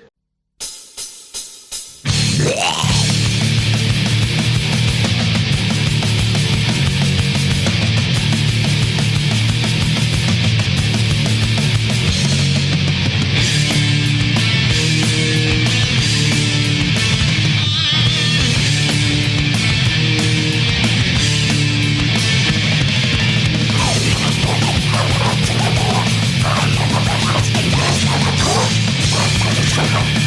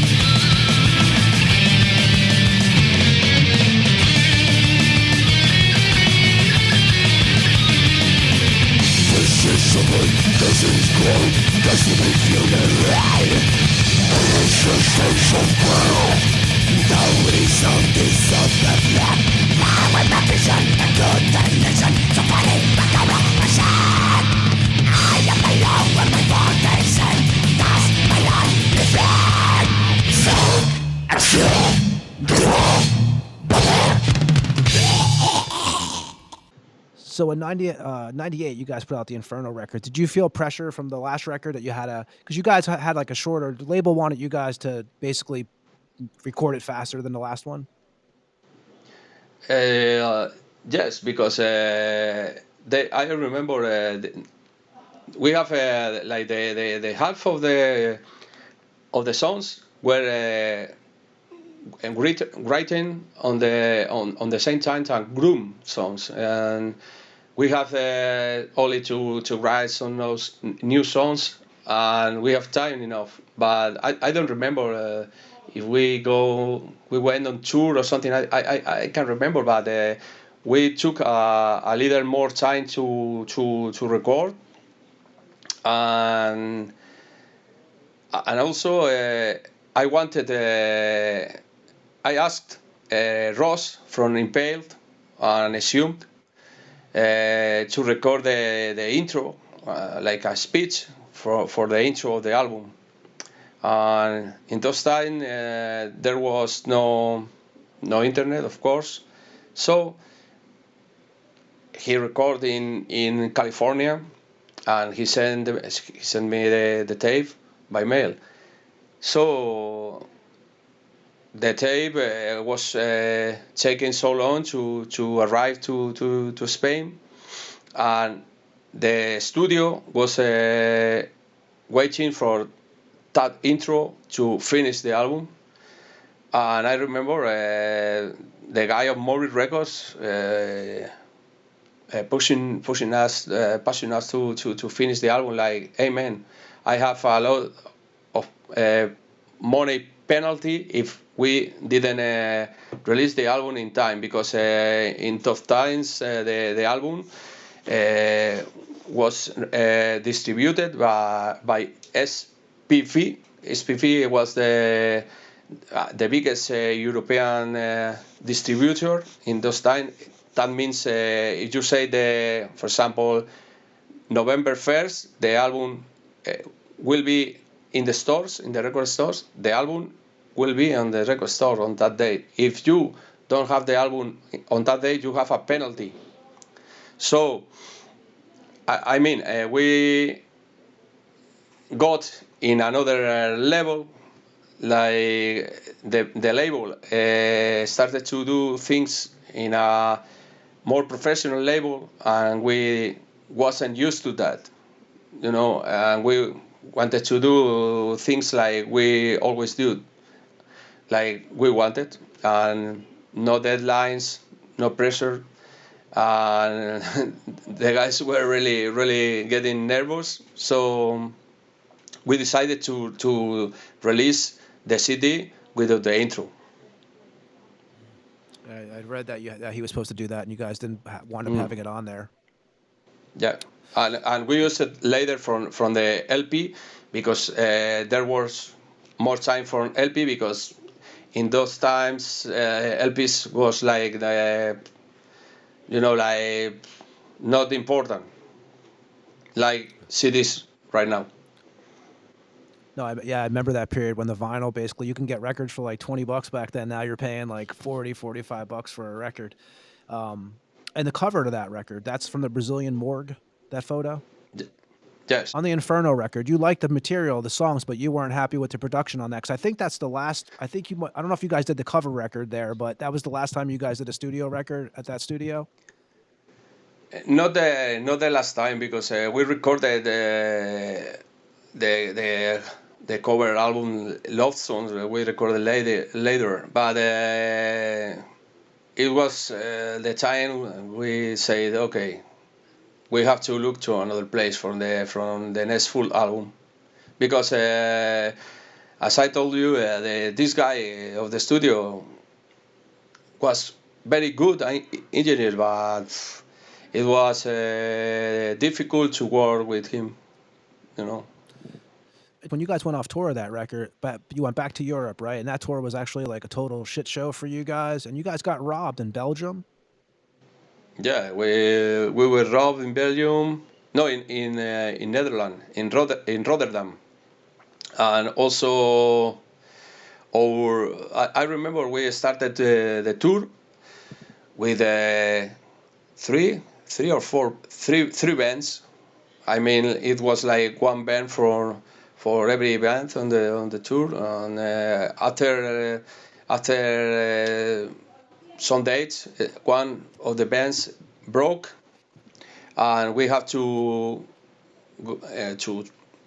travel everybody in two bands, and that was a little not very comfortable, you know. And also the equipment was stolen in Rotterdam, and we weren't happy, you know. And I remember we played with x-Avulsed in their hometown in Mol in Belgium, and we were there. And after the show, we asked the organizer, "Hey, where is the hotel?" And he said, "No, there's no hotel." "Why?" No, there's no hotel." "Oh, so where will we sleep tonight?"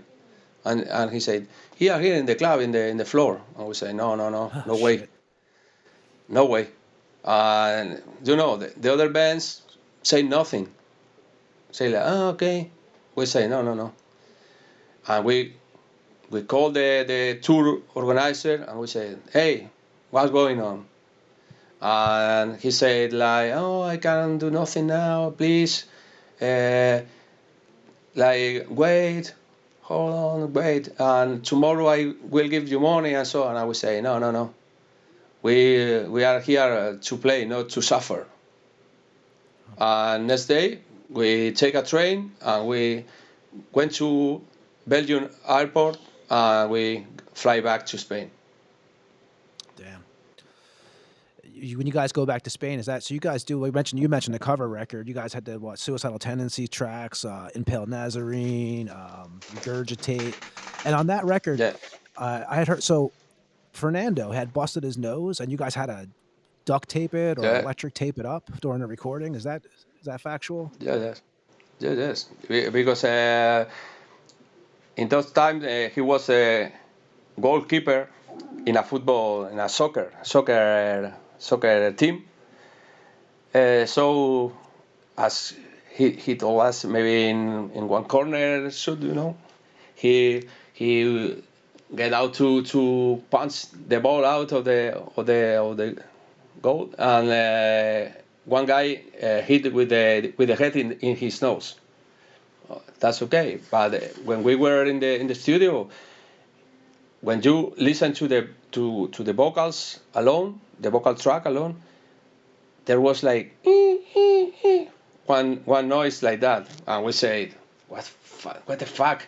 And the studio guy was testing all the cables, and you know, and we didn't know where the noise came from, and I think it was Anna who said, hey, I listened to the same noise when he speaking loud, and it was really so.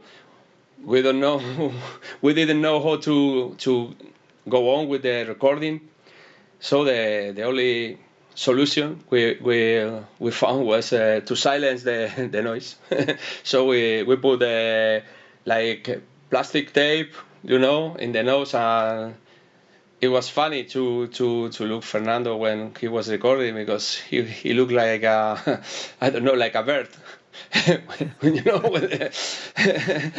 yeah, but finally we can finish the recording and so on. You guys, 2002, you guys do the Morgue Sweet Home record, and the cover to that. So I had heard that you had got this photo, right? So you could tell me if this is correct or not too. You had got this photo from somebody. It had a ghost in the window if you actually look at the picture and stuff on this. But you actually found out that the picture was like bullshit on the internet. Yes, the picture. It was a strange story because I was looking for a home or a house picture. So, but I wanted to know that the typical horror or something, creepy house. I wanted something strange. So I remember my brother heard me to say that, and in those times it was the first years of internet, when everyone was starting in internet. So my brother told me, hey, I have seen a house that fits with your idea, and I looked the picture of the house, and it was really my brother took the picture from a paranormal phenomena, or something website. So yeah, maybe it's a ghost or something in the window. I don't know. But when we used the picture for the album, like some years later, one guy wrote me and told me, hey, you had used my picture, and you say, sorry, we didn't know the owner of the rights and so on, because internet is starting and so on. And the guy was very cool, and he sent me the original picture, and also more pictures by him, and some picture was quite good, but I hear no more from him. I don't know what happened to him, but he was a cool guy, I think. I actually really liked the cover. I mean, I think it was killer, but I had heard that story and I thought that was kind of interesting. And that record too has back to I know you guys had left on the Groom record, the death metal behind, but on this record, it's definitely got more of a death metal sound to it on Morgue Sweet Home. Yes, as I told you before, we can go to one side, we can go to another side, but keeping the same style. Maybe in that recording, we feel like we're tired of Groom or anatomical songs were really similar to Groom, but the difference is the production. The production was different, so I think the style is the same. And for Morgue Sweet Home, we wanted to do something different, more, maybe more than metal, or how you want to faster call it. Record but, too, I thought. Yeah, faster. For me, Rojas, or drummer, was in his best moment ever. We went to play shows out of Spain, and I have seen drummers looking his performance, and after the show, like shaking his hand, hey man, you are a fucking master. For example, I remember the drummer of Dismember and other drummers from good bands. And when you guys do that record, is that the first video you guys ever did too? When you guys did Mortuary Riot? Yeah, we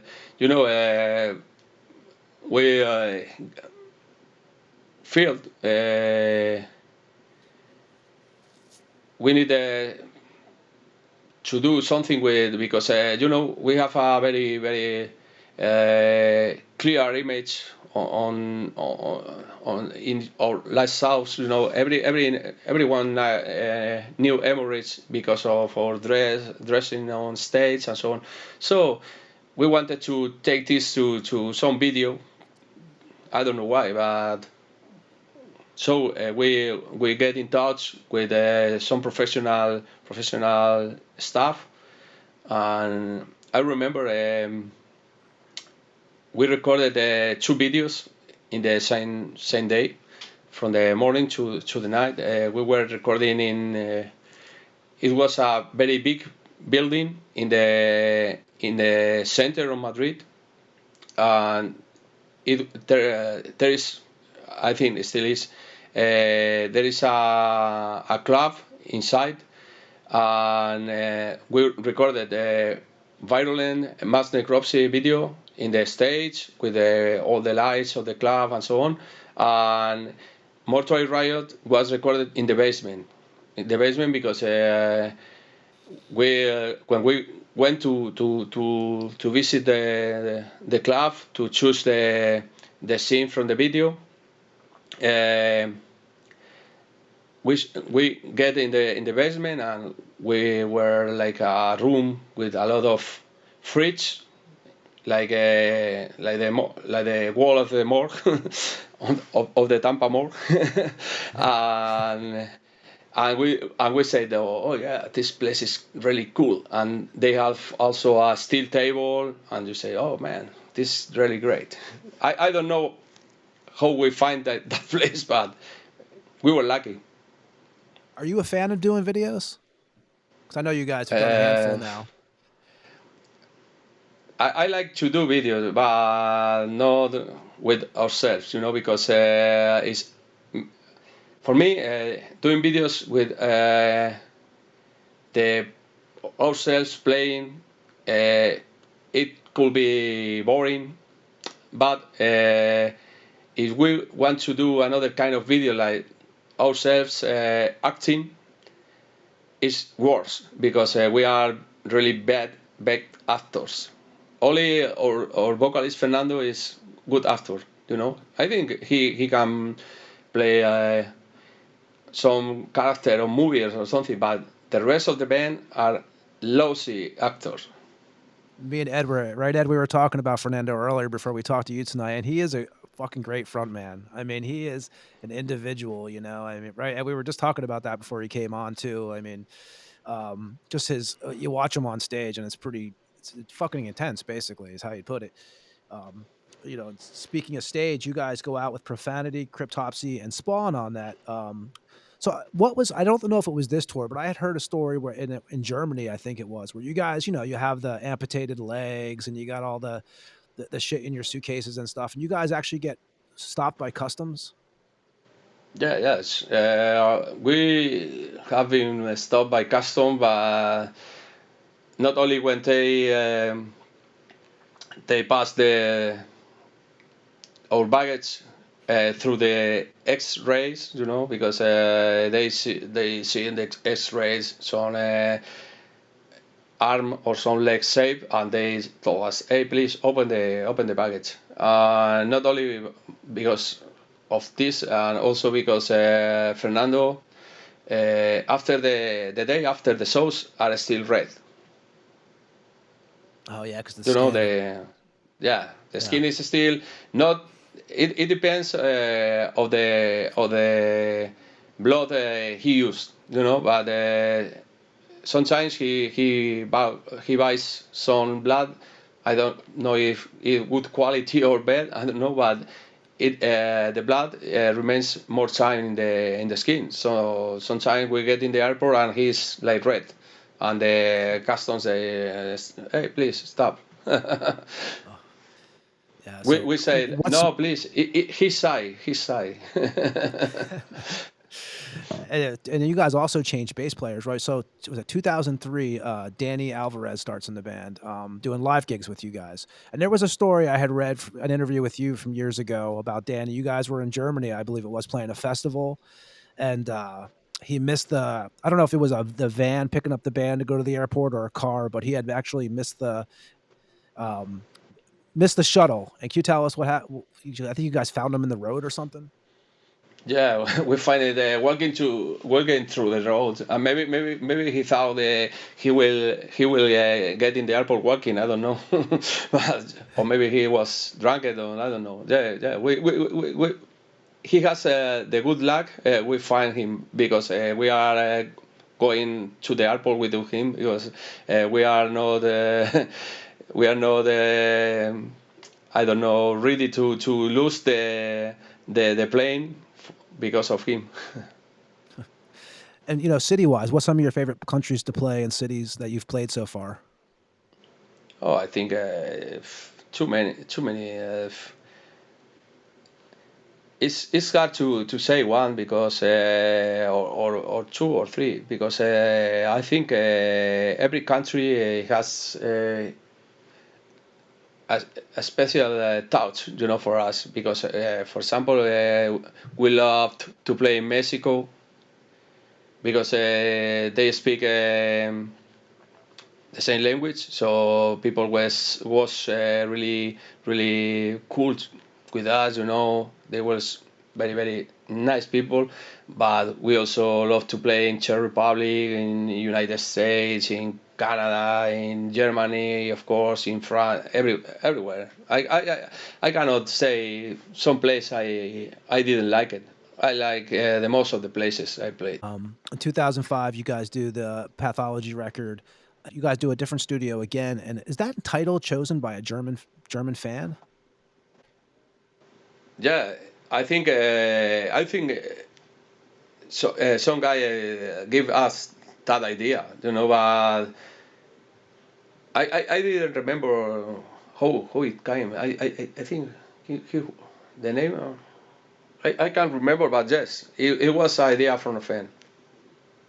And that's a killer record. But what did you want? So going into that record, what was your focus? Like, what did you like? You said you kind of always change it up, right? Like, what was your focus when going into the studio for that one? Well, I think we wanted to make another small charm again.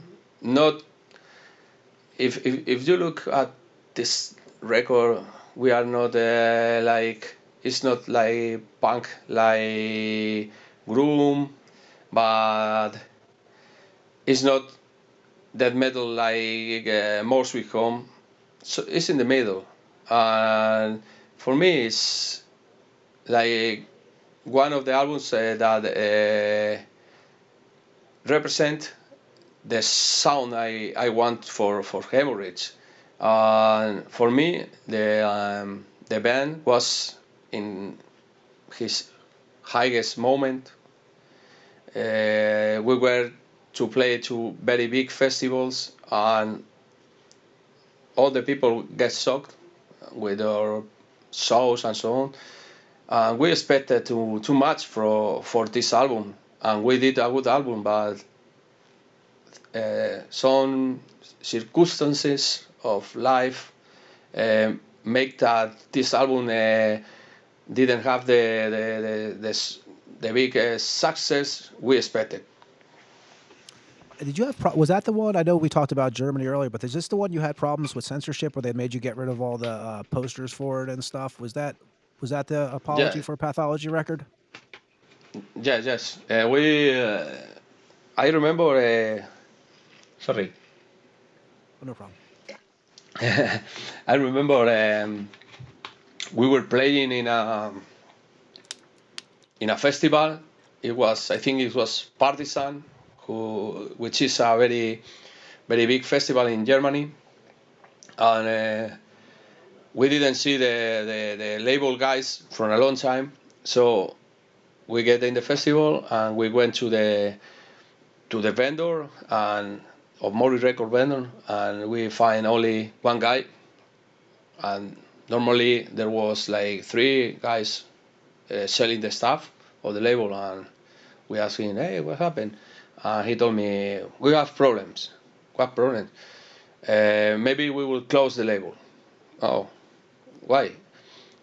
And the guy told me, we are alone, and also police came to our office and told me your album is censored, and I have throw all the I don't know, promo posters, flyers, and so on. I have to throw in the garbage. Maybe they have to, I don't know if like a penalty or something to because he sold that album because it was put on a list of dangerous media. Dangerous media means like I don't know, like movies or books that were promoting Nazi stuff or something, or books about Hitler and so on. Video games about killing black people and something like that. We were in the same list that kind of stuff. It's not. I never understand that, but okay. But the police went to the office and he has to. I think he lost money but he I think he wanted to close the label because it was too much for one guy. You mentioned Germany too. I don't know if you know this, but like for Kiss, even like the old S's, they actually if you buy a German edition of a Kiss record, the S's are different because they want to not make them look like the World War II S's. So Germany's pretty much notorious for that. But off that record, you guys, so 2006, you guys played Maryland Death Fest. Was that your first time in the States? Because I know you guys have never toured the States, right? No, we, after Morse Weekend album, when we toured with Cryptopsy and Profanity, we got the offers to become a professional band. This means doing a United States or North America tour, and then Europe tours, South America, and spend or like three or 4 months in the year or even more touring. And we were thinking about that because, for example, we have the North America tour was like 40 days or something, and of course we have to stop or leave our jobs here and get a visa and go into the United States to live and to work. And we decided not to go. We decided because we like the music, but we don't see the music like a job. This is our feeling. Did you guys like the States? What was your impression of the States? Sorry? What was your impression of the United States, your first time going there? The first time, what I can say, so big country. Everything is big. This is the first thing I thought when I get down from the plane. I say, everything is big. And then in the festival, the people, in my opinion, the United States is the closest country to Spain. I mean, not in the landscape, but in the people. Because if you went to Europe, people is like more quiet, more. But the United States, people is very, very similar to Spain. You guys also went to Japan on that record? Yes, we went to Japan. Pathology one. How was that? Yeah. I've always heard. That's like a place I definitely want. I heard that's one of the best places in the world. But what was your? The experience in Japan was very similar to the first time we went to grind over Europe, because we thought nobody will knew the band in Japan.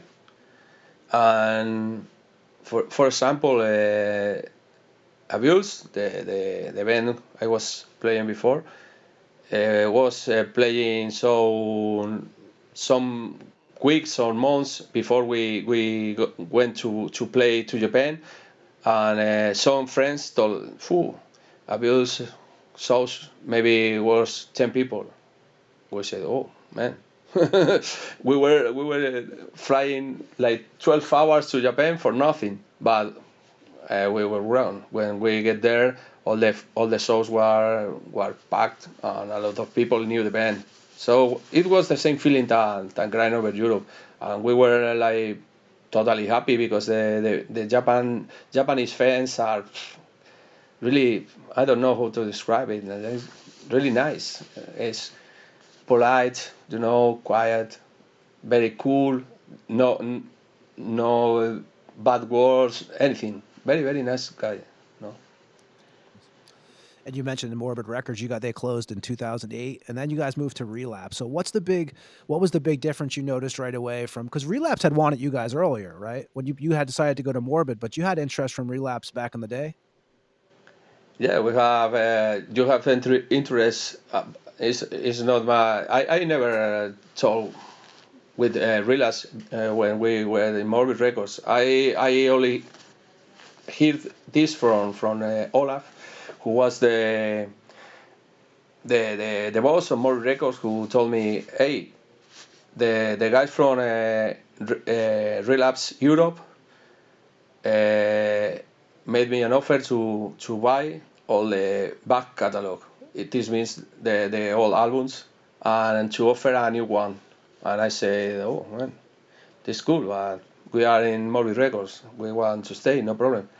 But when Morbid Records closed, we got good offers, but I think the label that fits to our music or style back then was Relapse. I don't know why.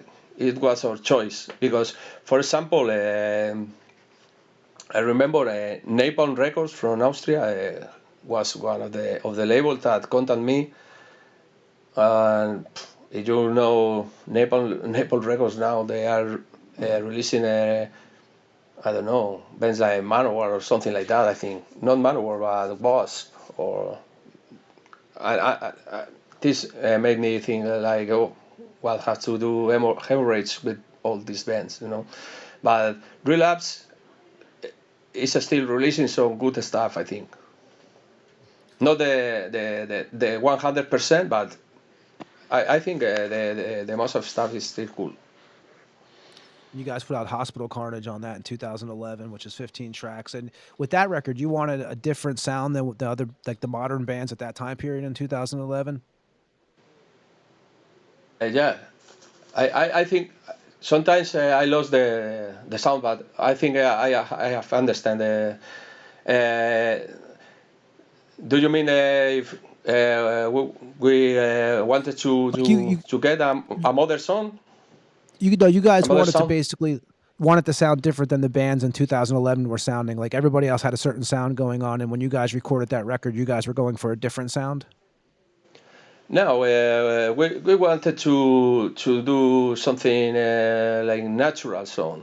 So that was we recorded in the rehearsal place. We asked to the studio guy to bring the stuff from the studio to our rehearsal play, and we recorded with very, very natural, or no triggers, no, I don't know, no plugins, no anything. It was really natural sound.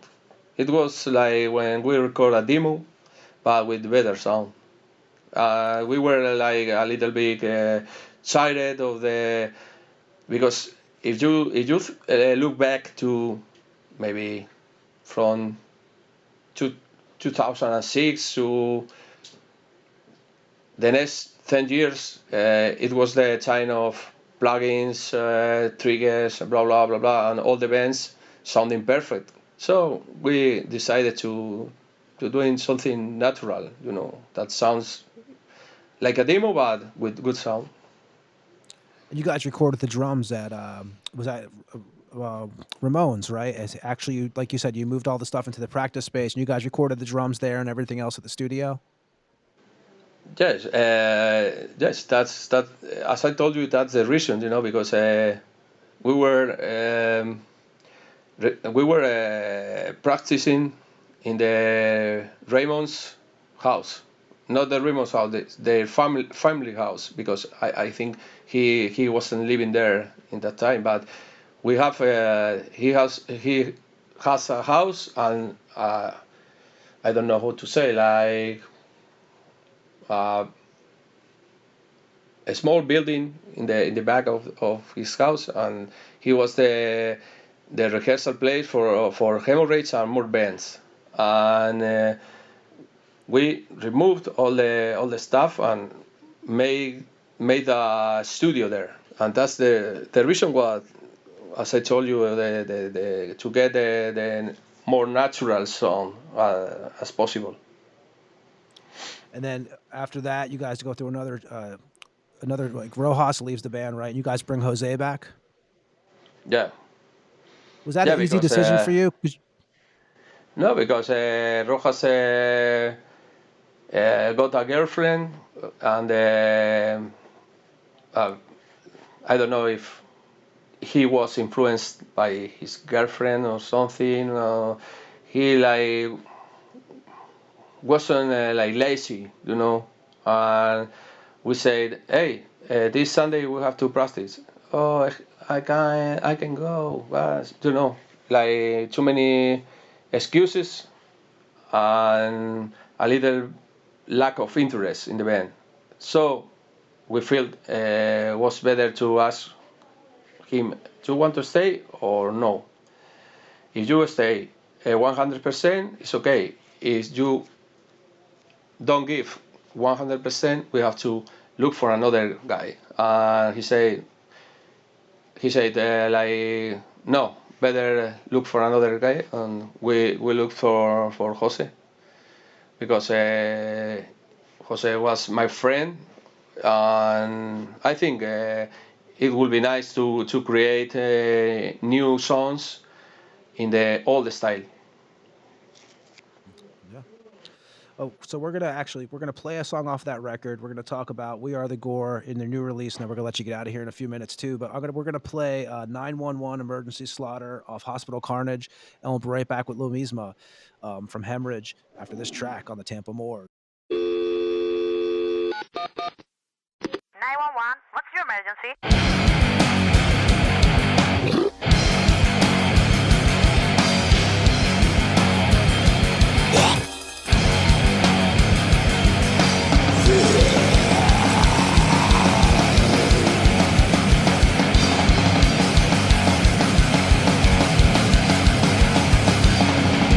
Masturbating from the road in your people and defenseless. That's your boss, life so hard,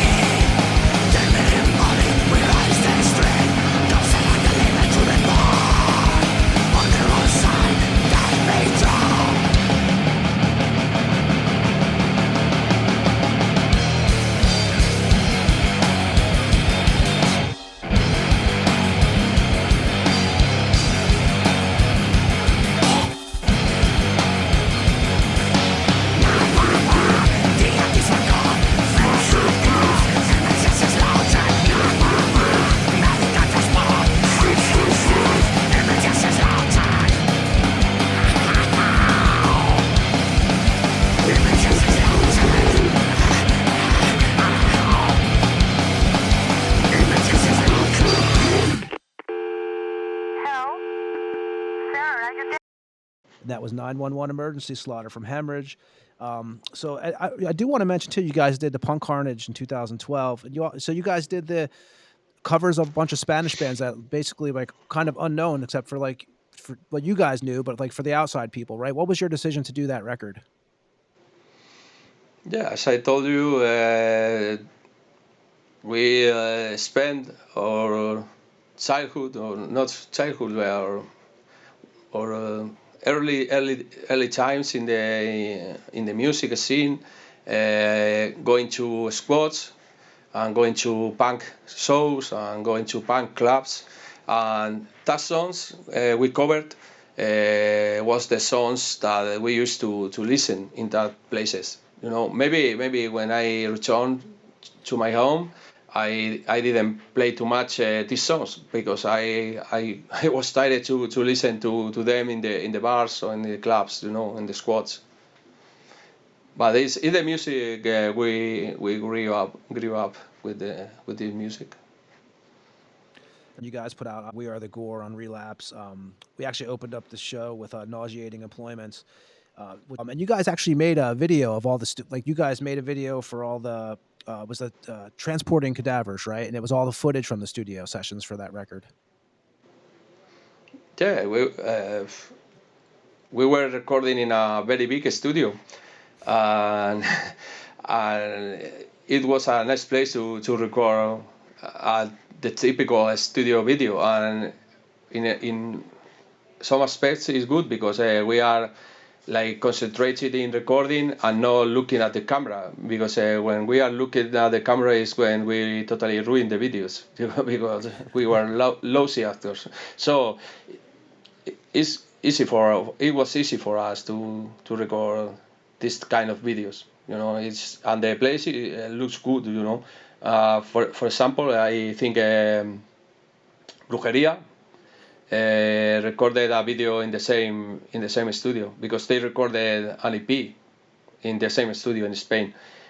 But I think Nuclear Blast, Brujería label, never released the video because the video contained like many naked girls, cocaine, alcohol. But the studio was the same. Yeah. Was the studio you used for that record? The studio was called Empire. It's like a Queen Raid's album, Empire. No, but it's a very good studio because the guys of the studio started in the early days playing in grind or death metal bands, but now they are very famous because they record hip hop or rap or trap music. You know, and for example, the microphone, where it costs like, I don't know, like $20,000 or something. Wow. Damn. This only to scream for Fernando. Ah! it's a waste of money, I think. And you guys, theme-wise for that record too, you guys kind of changed it up a little bit. So that album was kind of focusing on the professions, right, of like the industry, of like the death industry, of doctors, nurses, morticians, etc. When did you come up with that idea? I think I started to think in that idea when my father died, because I was in the mortuary house or funeral home, and I was looking at all the people who is working to make things easy for the living people, you know, because if you think about this, death, sickness, and I don't know, this is a part of life that no one wants to see, you know. It's obvious. So when your father died, or your mother dies, or some parent dies, you don't want to think in anything. But there are lots of workers that do the job for you, because I don't know I don't know how it will be like 2,000 years ago or 200 years ago. Maybe if your father died, you have to bury your own father, I think. But nowadays, there is a lot of people working in the dark side of life. Like, as I told you, the people of the morgue, of the Tampa Morgue, like you. Definitely a dark side here, believe me. Yeah, you are in the dark side. I see, I see. Also, people in the hospitals, you know. Also, I don't know. There's a lot of people that works with death and pain and sickness every day. You know, it's something you don't think about in your daily life, I think. And you guys went through a lot of on this record. You guys went through 3 member changes during the writing of the record. You went 3 different drummers, right? You had like obviously Rojas, you had Jose, and then you had Eric from 2016 to 2019. What was that really hard for the band going through all those drummers during that writing process? It was difficult, but also good because each one add some of his own personality to the songs. So I think it's why this the result is so good on drums. If you listen to the drums on every song, that they have great work behind, you know, because there was 3 people. The most of the work was done by Eric, but the 2 other drummers also helped. So I think it's very good drumming on the album. You also had a bunch of guests on that record too. You mentioned Ross earlier. You had Ross and Sean from Impaled and Ghoul. You had members from Meat Spreader and Dead Infection, and Danny Dead of the Dead. Was that so? How was that? Was that something you wanted to do on that record? Was bring as many guests as you can on? No, we don't wanted to invite everyone. The only problem is we feel the voice of Ross could fit in this song, but not in the whole song, in this part of the song. We feel the Jaro's voice will fit in this part of the song. And also Danny from Dead, who is used to sing on groovy songs, will fit in this song. And we have the good luck. They accepted.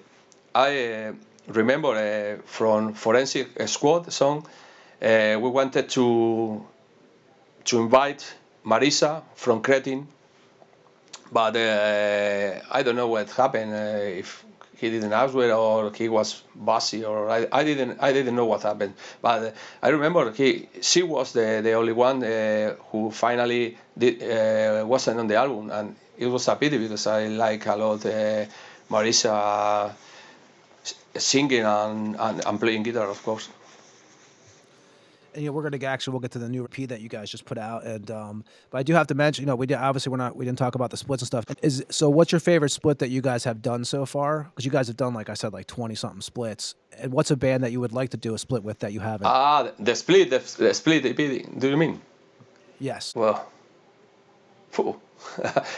I don't know.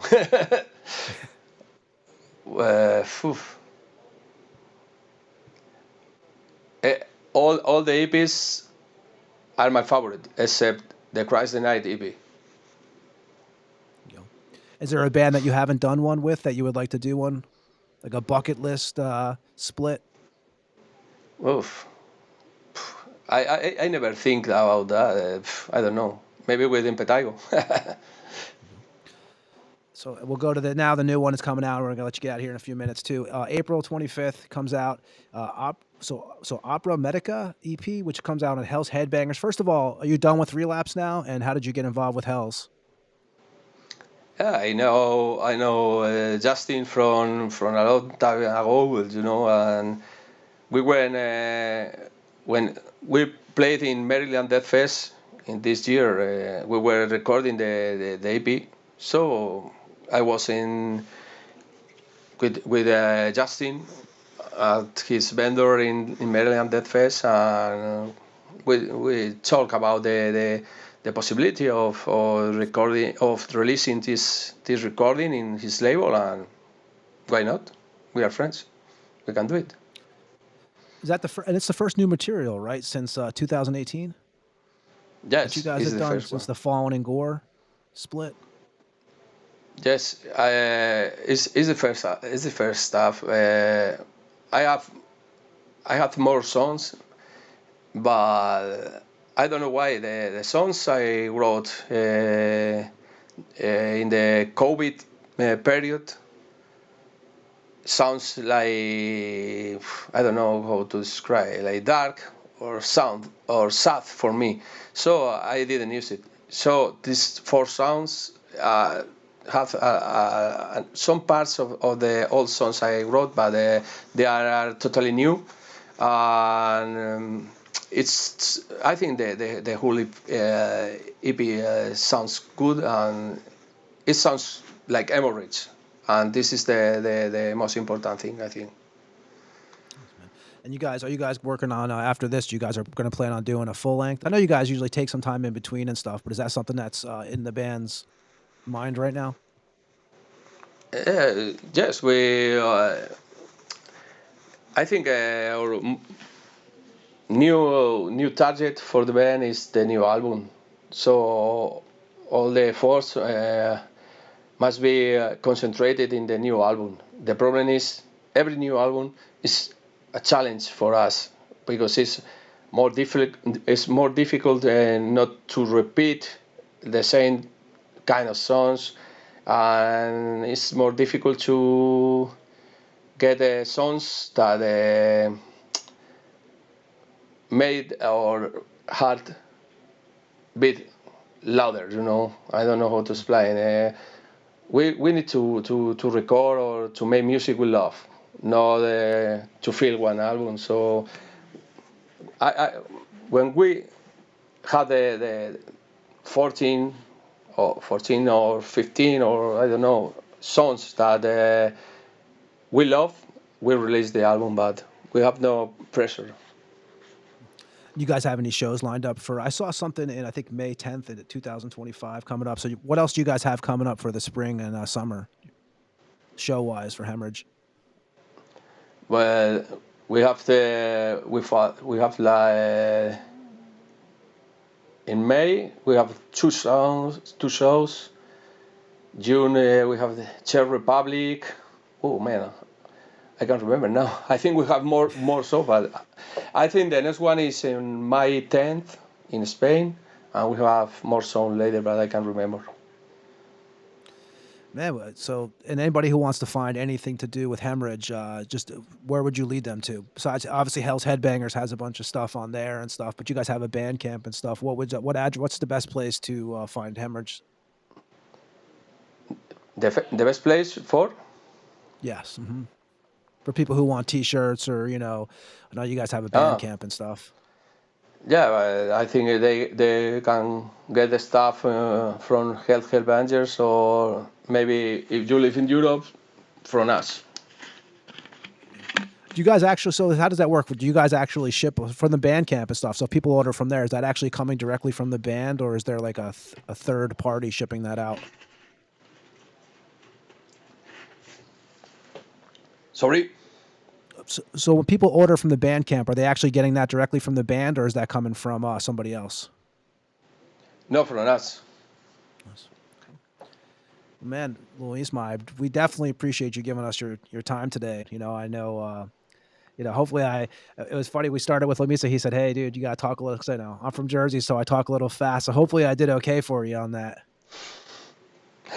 Yeah, thank you. It was a nice chat, and so long chat. I have only 17% of battery. It means we have talked a lot. Yeah, man. So well, we totally appreciate you coming on, dude.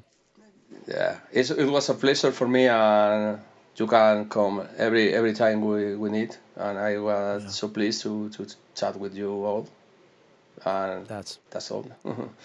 It's awesome, man. And Luisma, we look forward to the new EP actually. So looking forward to hearing that. We're actually going to play scalpel, scissors, and other forensic instruments on the way out of here. But anything else you want to say to anybody, any of the Hemorrhage fans or anybody out there? Yeah, thanks for your support. And no more. I only want to see everyone on the shows and talk with everyone as we usually do. We are not like rock stars, we used to talk with people, and we are walking around on the festival. We are not in the backstage every time, we are normal people. Well, man, we appreciate you coming on the show, and and next record we'll bring you back on if you're willing to come on, and it won't be as many questions because we asked you. We did most of the history lesson tonight. So, Okay. Luisma, I want to thank you, man. We're gonna say goodbye to you in a second on here. We're gonna play on the way out. We're gonna play from the new EP. We're gonna play Scalpel, Scissors, and other forensic instruments, and we'll be back on the Tampa Morgue with me and Ed after this. Luisma, we'll say goodbye to you in one moment.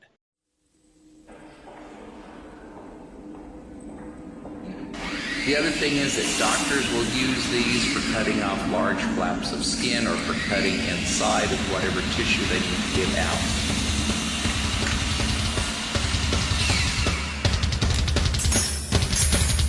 Scalpels, scissors, forceps are the teasing needles and the probe.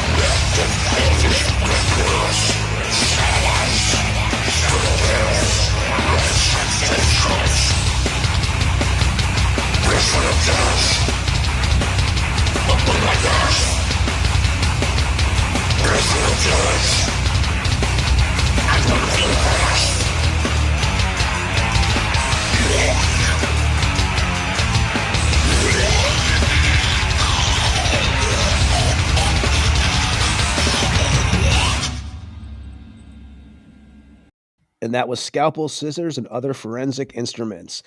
from Haemorrhage, and we want to thank Luisma for hanging out with us. And yeah, man, that was killer, dude.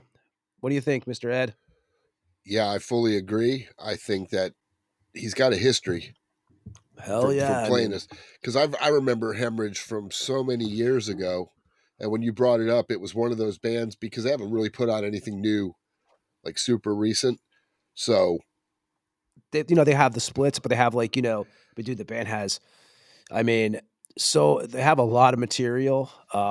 As we were talking about with him on there, you know, it's just one of those bands. When I saw they were releasing a new EP, I was like, man, I wonder if we can get Luisma on. You know, because I mean, like you said, Haemorrhage has been around for a long time and a fucking great band. I have to. I was like I said earlier in the show, dude. He got right back to me and set it up, and I was like, you know, how can basically like that was it. That's why we don't always announce the guests, right? Like that was kind of like we figured that out. I mean, you know, again, this is a band that had. I was looking at it earlier. I think I mentioned it to him. It's like 22 splits with that band, 7 full lengths, and I forget how many EPs it was, but there was a handful of EPs, maybe like 4 or 5. But you know, I mean, he's old school. He used to do the zines and stuff like that. He does all his own artwork. I mean, I have a lot of respect for the guy. And you know, again, giving us his time, man. You know, he just came here and hung out. There was no rush, nothing. You know, I want to thank and Nate too, who actually helped me get a hold of him, Luisma. I definitely appreciate that. But yeah, man. I mean, how could, like I said, Haemorrhage. I mean, one of those episodes that I was really stoked to do and get out. So that was cool, man. And again, you know, probably another 3-hour episode, but we skipped all the splits. I told him, I was like, dude, I'm not going to do the splits and like, we're going to go through the main albums basically and the history, because you do that and, you know, 12 hours later, yeah, there's so much. We'd have to start putting up the SpongeBob thing 2 hours later. You know what I mean? It's like, Yeah. holy shit, man. But you know what? Sometimes, you know, I don't think there's such thing as too much information. Honestly, I mean, I think when you're going through somebody's history or you're going through whatever, you know, whatever they've done, it's to me, it's knowledge. I like to know what's going on, and I learn a lot from this show, a lot Yeah. I from mean, our guests and people that I didn't know, even people that I personally know, and they come on here, and I'm like, well, I didn't know that, and I didn't know that. So yeah, it's good, and I think people appreciate what we do. oh yeah, man. We've been hearing, I mean, I have to say, you know, like I said, I know we're not for everybody probably because it is a long form show. Like if you're looking for you know, the 15-minute about the new record, about the new tour, this is you're going to get that here, but it's only a small part of it. Like, you know, we do that on purpose. Like when we first started this show, I was like, you know, I'm a big documentary guy, and I know Ed's the same way. So we wanted to cover like a band's history from. I mean, like I said, with Haemorrhage, you have to skip a little bit. You can't go through all the splits because it's like Nunslaughter when we had Dawn of the Dead on. If you do that, you know, you're really going to be here forever. But you know, even just talking about the 7 full lengths with Luisma and the band's history, you go over 2 hours right there. Oh, easy. You know, so I mean, but killer band. I'm hoping to catch him in Europe this year. You know, but again, we appreciate him coming on the show and hanging out with us. And you know, Ed, I mean, I tell you, that's the only thing I will say when you're feeling a little under the weather, you know, it's banging out an episode seemed like 5 hours, didn't it? Because yeah, you know, you know, you try not to like cough, you try not to like, you know, sneeze or whatever, man. But we made it, man. And like I said, this is an episode we really wanted to do. I was very excited about having him on from Haemorrhage, so we got that. We're already working on shows for next week and stuff. We're just, you know, like I said, we don't confirm anything until we've done that before, and it's kind of bit us in the ass. I mean, yep. Yeah, so we've pretty much we've gotten everybody on. It's supposed to be on pretty much. We've had like 1 or 2 glitches, but you know, what are you gonna do? That's life, as they say. Sinatra said that, right? And then Roth covered it over again on Eat 'Em and Smile. Yep. But yeah, man, I guess Ed, we're gonna keep this. I mean, because you know, we're 3 hours in. Last week we were like 4 hours and some with Jerry. Oh my goodness. And we already did all the announcements in the beginning. That's why we try to do it early, because we never know how long the guest is going to go. And the last thing you want to do is sit on here for another 35, 40 minutes. Announcing listening to us releases and babble stuff. about bullshit. Yeah, so So- we figured put it in the beginning of the show. I mean, you know, we used to do the show totally different. Remember when we first started doing it? It's so ghetto when we first started doing it. Of course, we were holding cell phones up to the microphones, playing music. Now we've gotten past Yeah, that. It was great, amateur though. hour. I wouldn't change a thing, man, because everything's a learning curve. And hell, Remember the Ashron episode where we lost the whole beginning of the episode? We had 30 Vincent minutes Crowley in. on, and I lost Yeah. all the power in my residence like at once. Yeah, now knowing, because there's editing and there's stuff you can do, we could have salvaged it instead of having to redo the whole thing. But you know, it is what it is. And Pat, right? With Pat from Hell, which we had trouble on that episode too, in the beginning recording, if I remember correctly. That was early. That was the early days. And there's been a couple where, you know, there's been problems on other people's ends, phones dying, computers dying, headphones dying, or just whatever. It's a circus.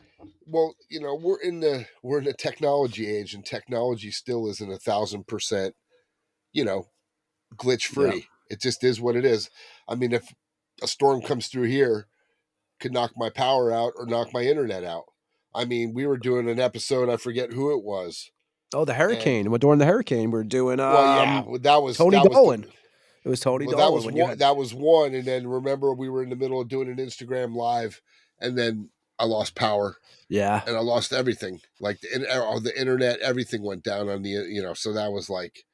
You go back and look, and it's funny now, but when it's happening, you're like, oh, shit. You know, there's always you know, we had Bloody Mess. We had to try to get him on here for it took us I had to call him up and walk him through it and get him set up. Yeah, we've had a few people that Tony's got $200 phone bills because he's trying to walk them through how to put stuff on a MacBook.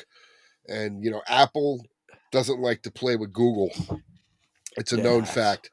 But, I mean, you know, stuff happens. What do you do? But we make do, and we've gotten pretty good at fixing stuff. So yeah, man, we learn as we go, as we always say. And you could definitely. I've heard a little bit of the old episodes, and it does sound like it does kind of sound like a shit show, but it sounds like a good time. You know, it sounded like, you know, we were definitely having fun, and that's all it's about. So again, anybody who listens to us, because I think me and Ed are going to get out of here. You can find us anywhere you listen to podcasts, right, Ed? Spotify, Apple Podcasts, everywhere. There's a shitload everywhere. And we're also, you know, we put this up on YouTube too. Yeah, we do the audio, and again, we always hear about it. Like if we have no traffic on YouTube because we don't do any videos, but we may do some YouTube live sometime or something like that. You know, we know we have to do something, but we still put it up there, the audio, if anybody wants to hear it on there. But I think the best way is to go through the Spotifys and all that stuff. And Ed, I say we call it another episode 82 in the books. We're inching closer to 100. The big 100, right? Man, that's going to be a party. Yeah, like I said, 100 episodes, man. Like I said, a lot of these are fucking deep episodes. So we'll do the Broken Promises thing. At episode 100, we'll do video. Yeah, there you go. Exactly. No, we're not. You know, we're always learning. Like you said, it's you never know what we're gonna do. We have a lot of stuff we discuss. We're just trying to figure it out. But right now, when you're feeling a little under the weather, the last thing you want to do is be on a fucking camera. You know. Yeah, I agree. Well, like I said, what was it, a month and a half ago? I'm where you were right now. It was miserable. I was blowing my nose in between.